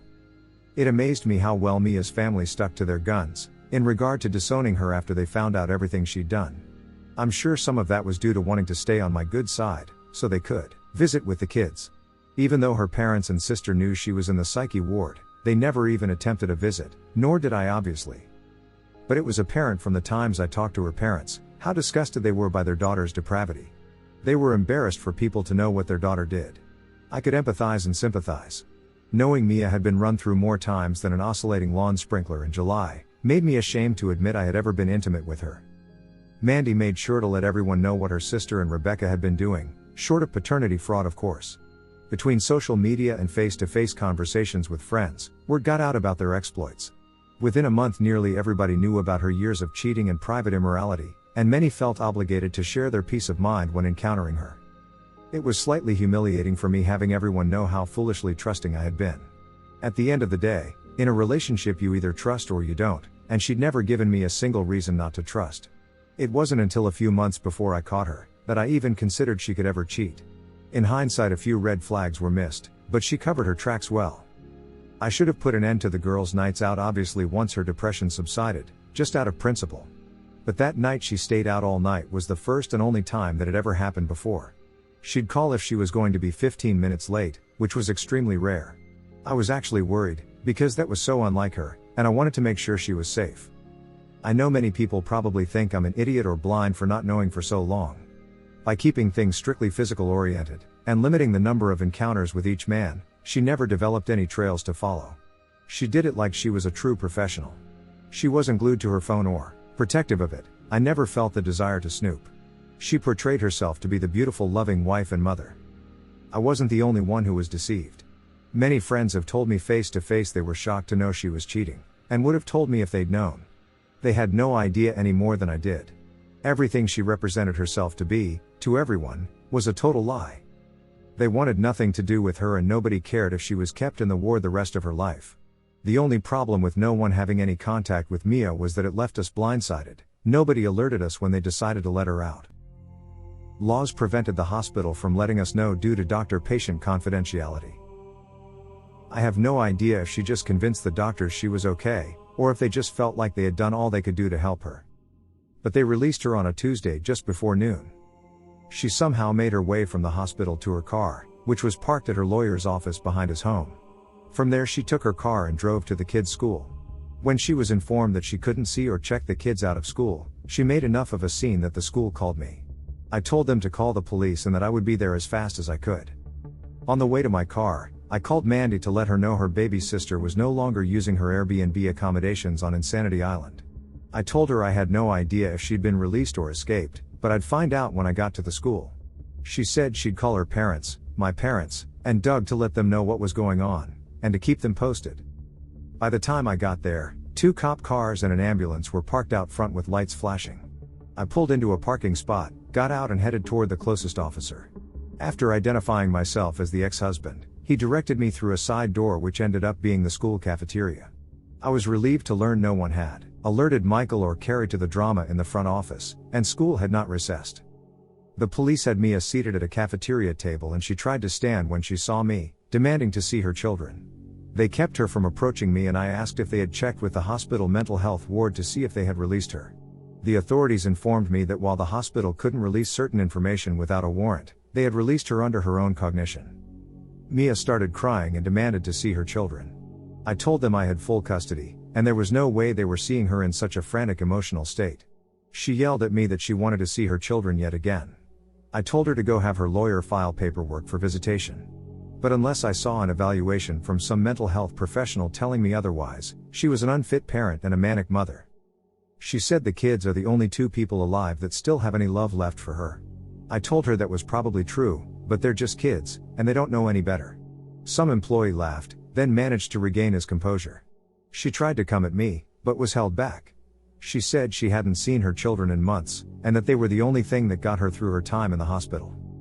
I explained I really didn't give a damn about her struggle to cope with the consequences of her own actions. But there was no way I was subjecting our children to her lies and drama that day. I told the cop I wanted to file a restraining order on her to stay away from me and the kids. He agreed to file the initial paperwork on my behest, but that a judge would have to determine if one was needed and sign it. He then explained to Mia since I was not going to allow her to see the kids, they had already talked to the principal of the school. She needed to leave immediately and not come back onto the premises, until she could show a court order granting her partial custody. To my surprise, she didn't make an even bigger scene. I guess she realized nothing she could do at that moment would get her what she wanted. She grabbed her purse and keys before being escorted by an officer to her car. She got in and drove away while the other cop and I filled out the restraining order form on his tablet and talked with the principal. Soon enough the kids got out of school, and I loaded up Michael and Carrie to take home. I was about 2 miles from the school when I thought I saw Mia's car pull out from a fast food restaurant just after we passed by. I took the next right, and the next right, and the last right, until I was on the same street we'd been on. I could see Mia's car up ahead and sped up to try and figure out what she was doing. She was oblivious to the fact I'd managed to maneuver my way behind her. It was obvious she was looking for someone, and that very person was now observing her. The kids didn't even recognize her car ahead of them. Thankfully, a Reddit user had urged me to get front and rear cameras with audio recorders installed in my vehicles. That gave me all the evidence I needed to prove Mia was stalking me and the kids, even after being warned by authorities to stay away. I went straight to the police station and showed the magistrate footage of Mia waiting for us to pass by, pulling out and then losing us. She assured me the evidence would be submitted to the case judge, and I should hear I've been granted the restraining order sooner than later. In 2 days while I was at work, I got a call from the police saying the restraining order had been filed and served that morning. They told me she was to stay 200 yards away from me and the children, at all times. She was forbidden from contacting me or the kids in any possible way except via her attorney to my attorney. I was directed to immediately call them if she did anything to break the restraining order. I felt some relief that at least I had the law on my side. But I fully expected her to ignore the restraining order by trying to contact me or the kids. To my surprise, nobody heard anything from Mia. Her sister said she had not tried to contact her or her parents. I fully expected her to seek out some type of free legal assistance to file for partial custody, but no one ever contacted Nadia. 2 months went by, and honestly the longer we went without hearing from her or about her, was a bit unnerving. But about 3 months ago when I got home, there was a large manila envelope in the mail. The address was handwritten, and the return address only said Sydney, Australia. The voided stamps were Aussie. I truly couldn't imagine who had sent the envelope or why. But inside was an extremely long letter from Mia explaining where she was and assuring me she wouldn't be coming back. I was stunned when I got the letter, considering the postmark from so far away, and who it was from. The things she said in the letter probably left me even more astounded by her evil hedonistic rationale that allowed her to sleep at night.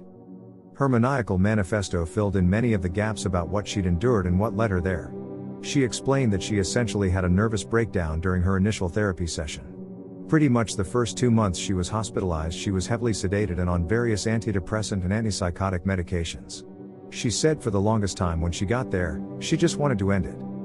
Via therapy and by going to group discussions, she talked through her issues in an attempt to understand why she did what she did. She said the other patients in the group discussions kept looking at her like she was a complete dummy for throwing everything away.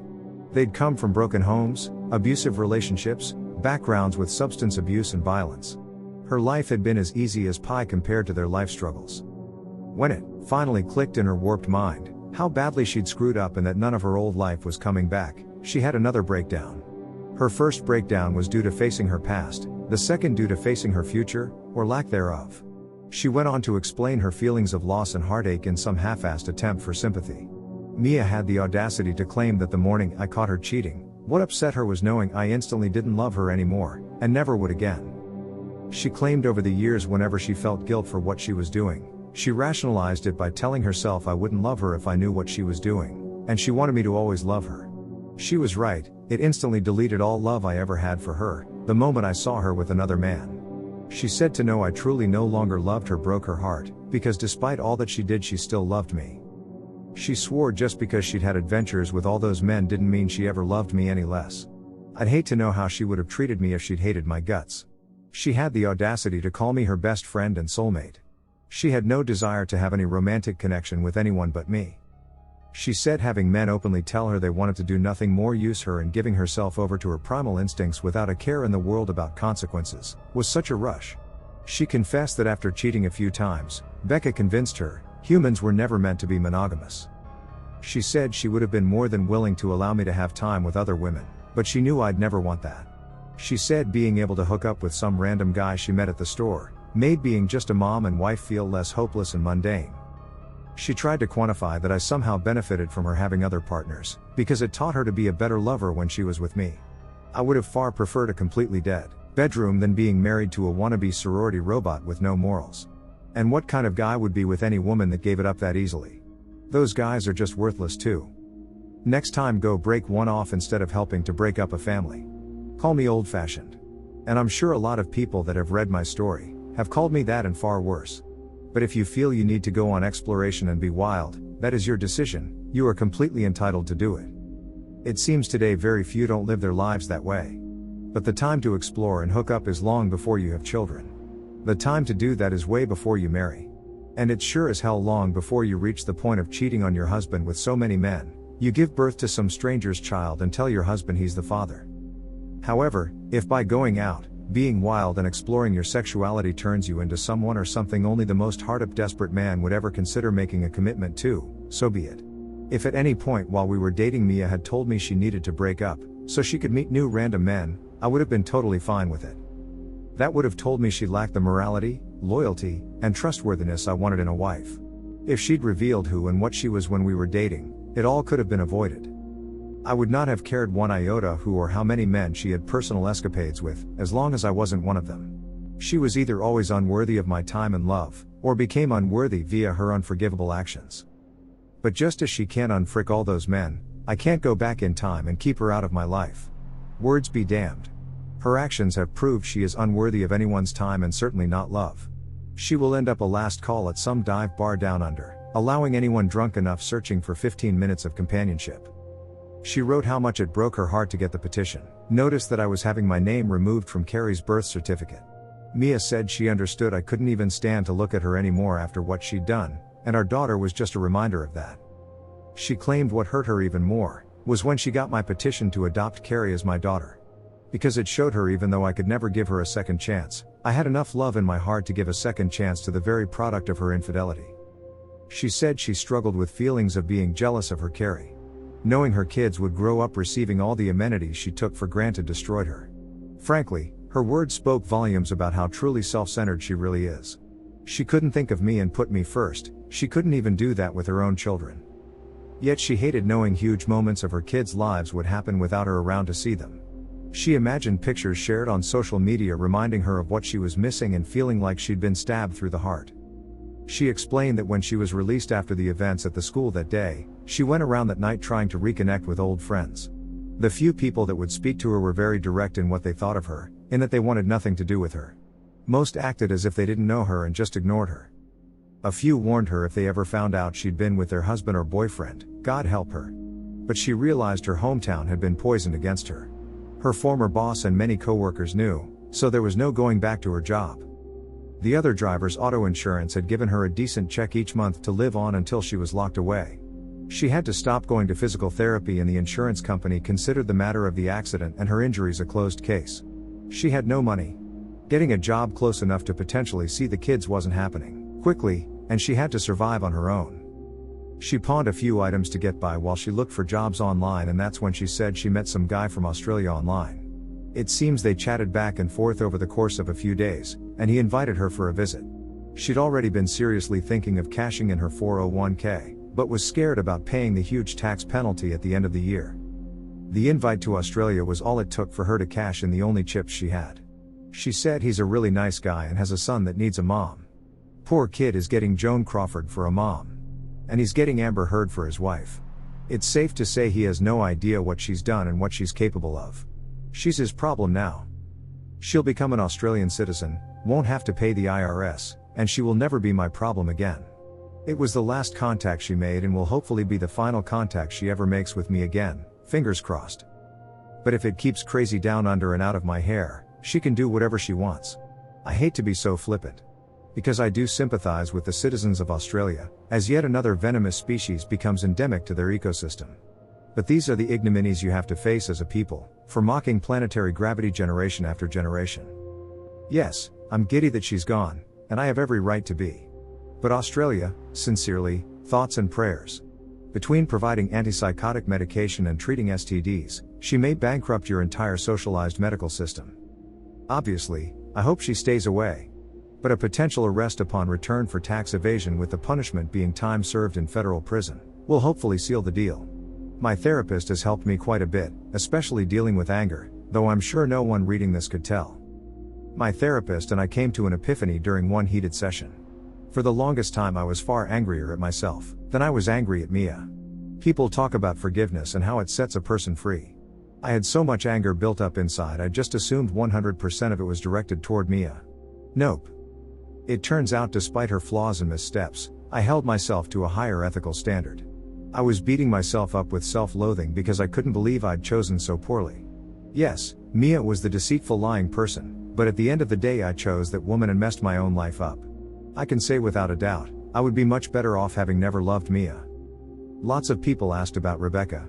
I found out that after Mia was kicked out of her parents' house, she did in fact go to Rebecca's. Apparently, my ex thought Becca owed her a place to stay at the very least, after contributing to our marriage failing.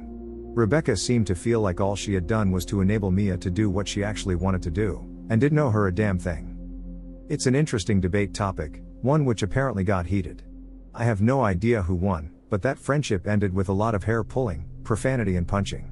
Either way, word got out Rebecca had been involved in destroying my marriage and things got rough for her. I don't use any social media, no, I don't consider Reddit social media. But I'm told she was unfollowed, unfriended, and people spoke their minds online. In real life 2 stylists quit her salon due to what she'd done. The ones that remained, all had customers asking how they could still work there or if they'd change salons too. It took a month or 2, until she couldn't pay the lease and had to close up shop. The last anyone heard, Rebecca was working at her brother's restaurant in Connecticut as a hostess. When she left town, I wanted to have her condo bulldozed like Forrest Gump did to Jenny's childhood home, due to all the heinous things that occurred there. But the neighbors in the other 2 units weren't too keen on that idea. Quite a few people insinuated in comments that there was chemistry or something going on with my lawyer Nadia and me. I thought they were crazy. Turns out, I am as oblivious as always when a woman is interested. After the divorce had been finalized, since she wasn't representing me in the civil suit that never happened, I went for drinks with her and several others in the practice to celebrate. As others left one by one, she said she had to talk to me about one more matter before I left. I assumed she was going to ask for a good review on the practice's website or something. She surprised me by telling me after working on my case, she truly appreciated how loyal and dedicated I had been to my wife, and still am to my kids. She admitted over the course of the divorce she'd grown attracted to me, but couldn't say anything as she had been my lawyer. She confessed I was very hard to read, and she couldn't tell if I had any attraction toward her at all. But she knew a good man when she saw one, and she was going to shoot her shot. It was flattering to hear, especially after all that transpired. And Nadia even told me long before I gave her a well-deserved huge bonus check. So as distrusting as I am, I think she was being sincere in what she said. She just told me if I ever wanted to go out and have a drink or talk to give her a call. Nadia is a beautiful woman. I don't think any guys could refute that except for the visually impaired ones. She's brilliant, genuinely talented, she has her life together. It's pretty obvious she goes to a gym quite frequently. Lawyers like to look good in the courtroom. And she dresses classy sexy, which the gentleman in me appreciates. At one hearing when she came into court in a pinstripe suit, I'm fairly certain the judge would have granted me custody of his kids after he saw her. Even as jaded as I am, I have to admit she would be a fantastic catch for any guy she chose to date. But for me, that, or any other juice, is just not worth the squeeze. I already know I would subconsciously judge her for her past, which she certainly does not deserve and could do nothing about. And unfortunately, any women I felt an inkling of interest in would be subject to that same unfair judgment. I had plenty of dudes message and urge me to go on a dating app and hook up with some random, just to get past the fact Mia is still the only woman I've been with. Sorry to the guys that will be disappointed to hear, but I could never do that. A friend showed me the local Tinder prospects. I will not be downloading the app. If I had any desire to get hunting my second bedpost notch out of the way, as one message suggested, I would have gone the Nadia route. It pisses me off knowing Mia took something I used to really enjoy and removed that activity from my life forever. Now just thinking back to our past moments of intimacy make my skin crawl, knowing she was doing those very same things and far more debased with many other men. In the eyes of most people in Western society today, the fact I've only been with one woman would either make me a prude or hard-up. Yet I feel as filthy as a Victorian-era London streetwalker just due to the knowledge I was with Mia. She took everything that made it special to me and made it impossible for me to experience again. Our exclusivity, our vows, and union were thrown away so she could experience a random person's Chupa Chup disco flavor. And then she lied. Oh my God, did she lie? Because she lied, for the longest time I'd think back to any positive thing she ever said about me and believe it to be a lie too, just because she said it. She made me doubt my sanity, my parenting, my strength, and my worth. I don't want to ever go back to that. I won't go back to that. I have no one and yet I'm still living. That proves there isn't a woman out there I can't live without. I'm already doing it. I have no hate for women at all and want the best for them because Carrie too will be a woman someday. But there is absolutely nothing any woman on this planet has that would enrich my life in the least, only complicate it. If there aren't some women who feel that way about men, there should be. Human beings, both male and female, are a scourge upon each other. Not worth the time and energy, and not to be trusted. Many people asked questions pertaining to finding Carrie's biological father. I have done quite a bit of research into DNA ancestry sites. My biggest issue is that if there is an existing match, the companies also alert the other person. If Carrie took a test which revealed a cousin, an uncle or even her dad, I'm her protector, I don't want anyone to come looking. She's a healthy child with no apparent genetic defects, so I'm going to wait quite a while to do any testing. My mindset as of this day, is to wait at the very least until her mid to late teens. But I could envision waiting until her 20s to let her make the decision. Honestly, I've also considered never telling her I'm not her father. Truly, if there is any advice I could still use from Reddit, it would be questioning at the end of the day what would truly be best for Carrie? Do you think never telling her now after all that has happened would be a good or bad thing? Should I wait until she is a teen or an adult at 18 to tell her and begin the search? I'm not worried about me, I already know the truth. I'm trying to prepare for any future scenarios both good and bad. How likely is it she will have some medical condition she will need to know her paternal medical history? Please know, any DNA genealogy testing will likely happen several years down the road at the earliest. With her mom out of her life so recently, I don't want to do something that could make her feel less secure, safe, and confident in her own identity. And mine. It's odd to be in the situation I am, and to sincerely hope both kids took after their fathers. In closing, I want to thank Reddit user Kranik in particular for the advice given to me through my ordeal. You probably aren't 187 years old, but, even if you are wise far beyond your years. You were able to analyze my ex, and predict angles I was leaving open for her to attack. And when you said she was desperate, I believed you, but damn. In the end, Mia literally fricked around and found out. Thank you for assisting me in every way to help her find out. To the many others who pointed me in the right direction or sent me an encouraging message, I thank each of you. My plan is to post this, wait half a day and maybe respond to a few comments over a period of a few days. Then my story will officially be done. I rarely even think about Mia anymore because I stay so busy in my new life without her. So, I don't want to dwell on what has happened for more than a couple of days. My kids are my world and I actually love my job, which keeps me busy. The pay is just a bonus for being allowed to do something I enjoy. To any Australians who read this, I hope I didn't offend in any manner. That was not my intent in the least. I hate being the bearer of bad news for your nation as a whole. You guys didn't deserve this any more than I did. Next part is a small update on my situation. I will try to keep this short, but I had a session with my therapist today at lunch. I'd sent her the post to read what I wrote and all the comments. She absolutely loved you people for nudging me towards something with Nadia. She urged me to take it slowly, but be honest with her and myself. So when I got out of my session, I called Nadia and asked if I could drop by to get her expert opinion about a few things. After dropping the kids off at their grandparents', I stopped by the firm to talk to her. Again, I have no game because I never had to develop one. I don't know how to flirt. I'm just me. All I have is kindness, humor, and sincerity. When she realized I had no legal issues I needed to talk about, she got a wry grin on her face. I told her I'd been doing a lot of thinking and talking with friends since she and I talked. I told her I am 100% scared as hell to open up and give her a chance. But I'm also 100% sure I need to man up since she was woman enough to shoot her shot.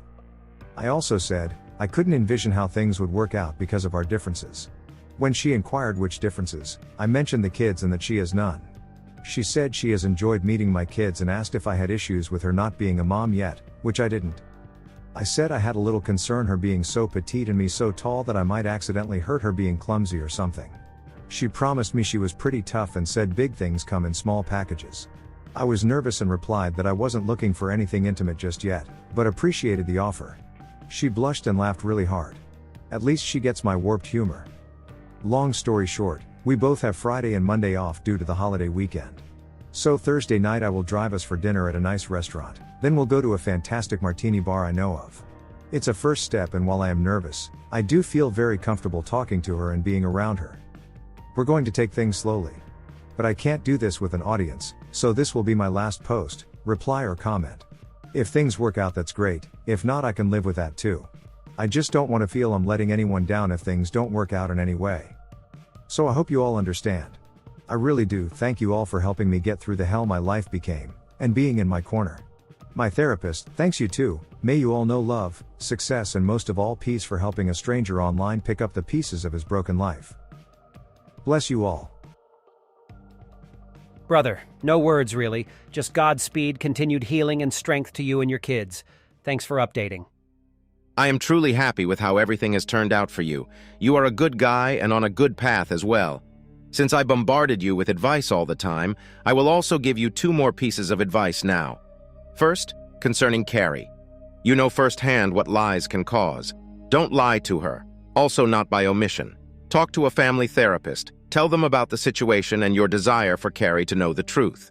This truth includes the fact that you love her, which should be the most important point when you bring anything up. Then, make a plan with the therapist and also make Michael a part of the process. They both need to become an unbreakable unit. But from all you wrote, I have no worries about that. However, take some time with that. She has gone through enough in the last year. Allow things to calm down a little first. Second, regarding you. Stay true to yourself. That is the only thing I can tell you. You have your heart in the right place and values that others can look up to. No matter what happens, be strong in your beliefs and always stay true to yourself. I wish you all the best on your way forward, my friend. It's fantastic to hear from you, Kranich, and yet again, you offer sage advice. Most of my concern with telling Carrie that I'm not her bio dad stems from growing up with several people who were adopted. So often, when there was any friction in their lives, they would state the desire to find their real mom or dad. They'd say their real parent wouldn't treat them that way, or their real parent would let them do whatever they wanted. Knowing they were adopted made them appreciate what they did have less and take on the grass must be greener on the bio side mindset. Finding and even letting her get to know her bio dad doesn't scare me. Finding a bio dad who is a bad person that she views through rose-colored lenses does. However, that will be down the road for a year or two. I see no reason right now to complicate her life, especially since she's still just in elementary school. Being true to myself involves being honest with myself in all ways. The integrity instilled in me is essentially part of who I am now. So, I try to be true, genuine, and fair with everyone I encounter. Sometimes that isn't easy, because people don't make it easy. But at the end of the day, I have to be true to myself, because me approved in this world you cannot depend on a single soul to be true to you, when all is said and done. Life has proven that much to me. But I appreciate the encouragement and shared wisdom more than you will ever know. A lot of people on this site owe you for the guidance and kindness you share. I, for one, want to extend a huge thank you. You make this site so much better, which results in making the world a little better. Thank you again, my friend.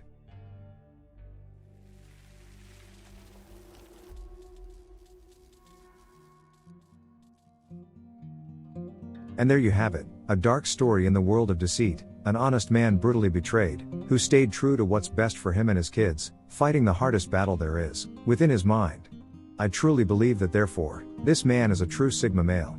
He is the rock his children can hold on to. Fighting his emotions makes him human, but no human should go through what he endured.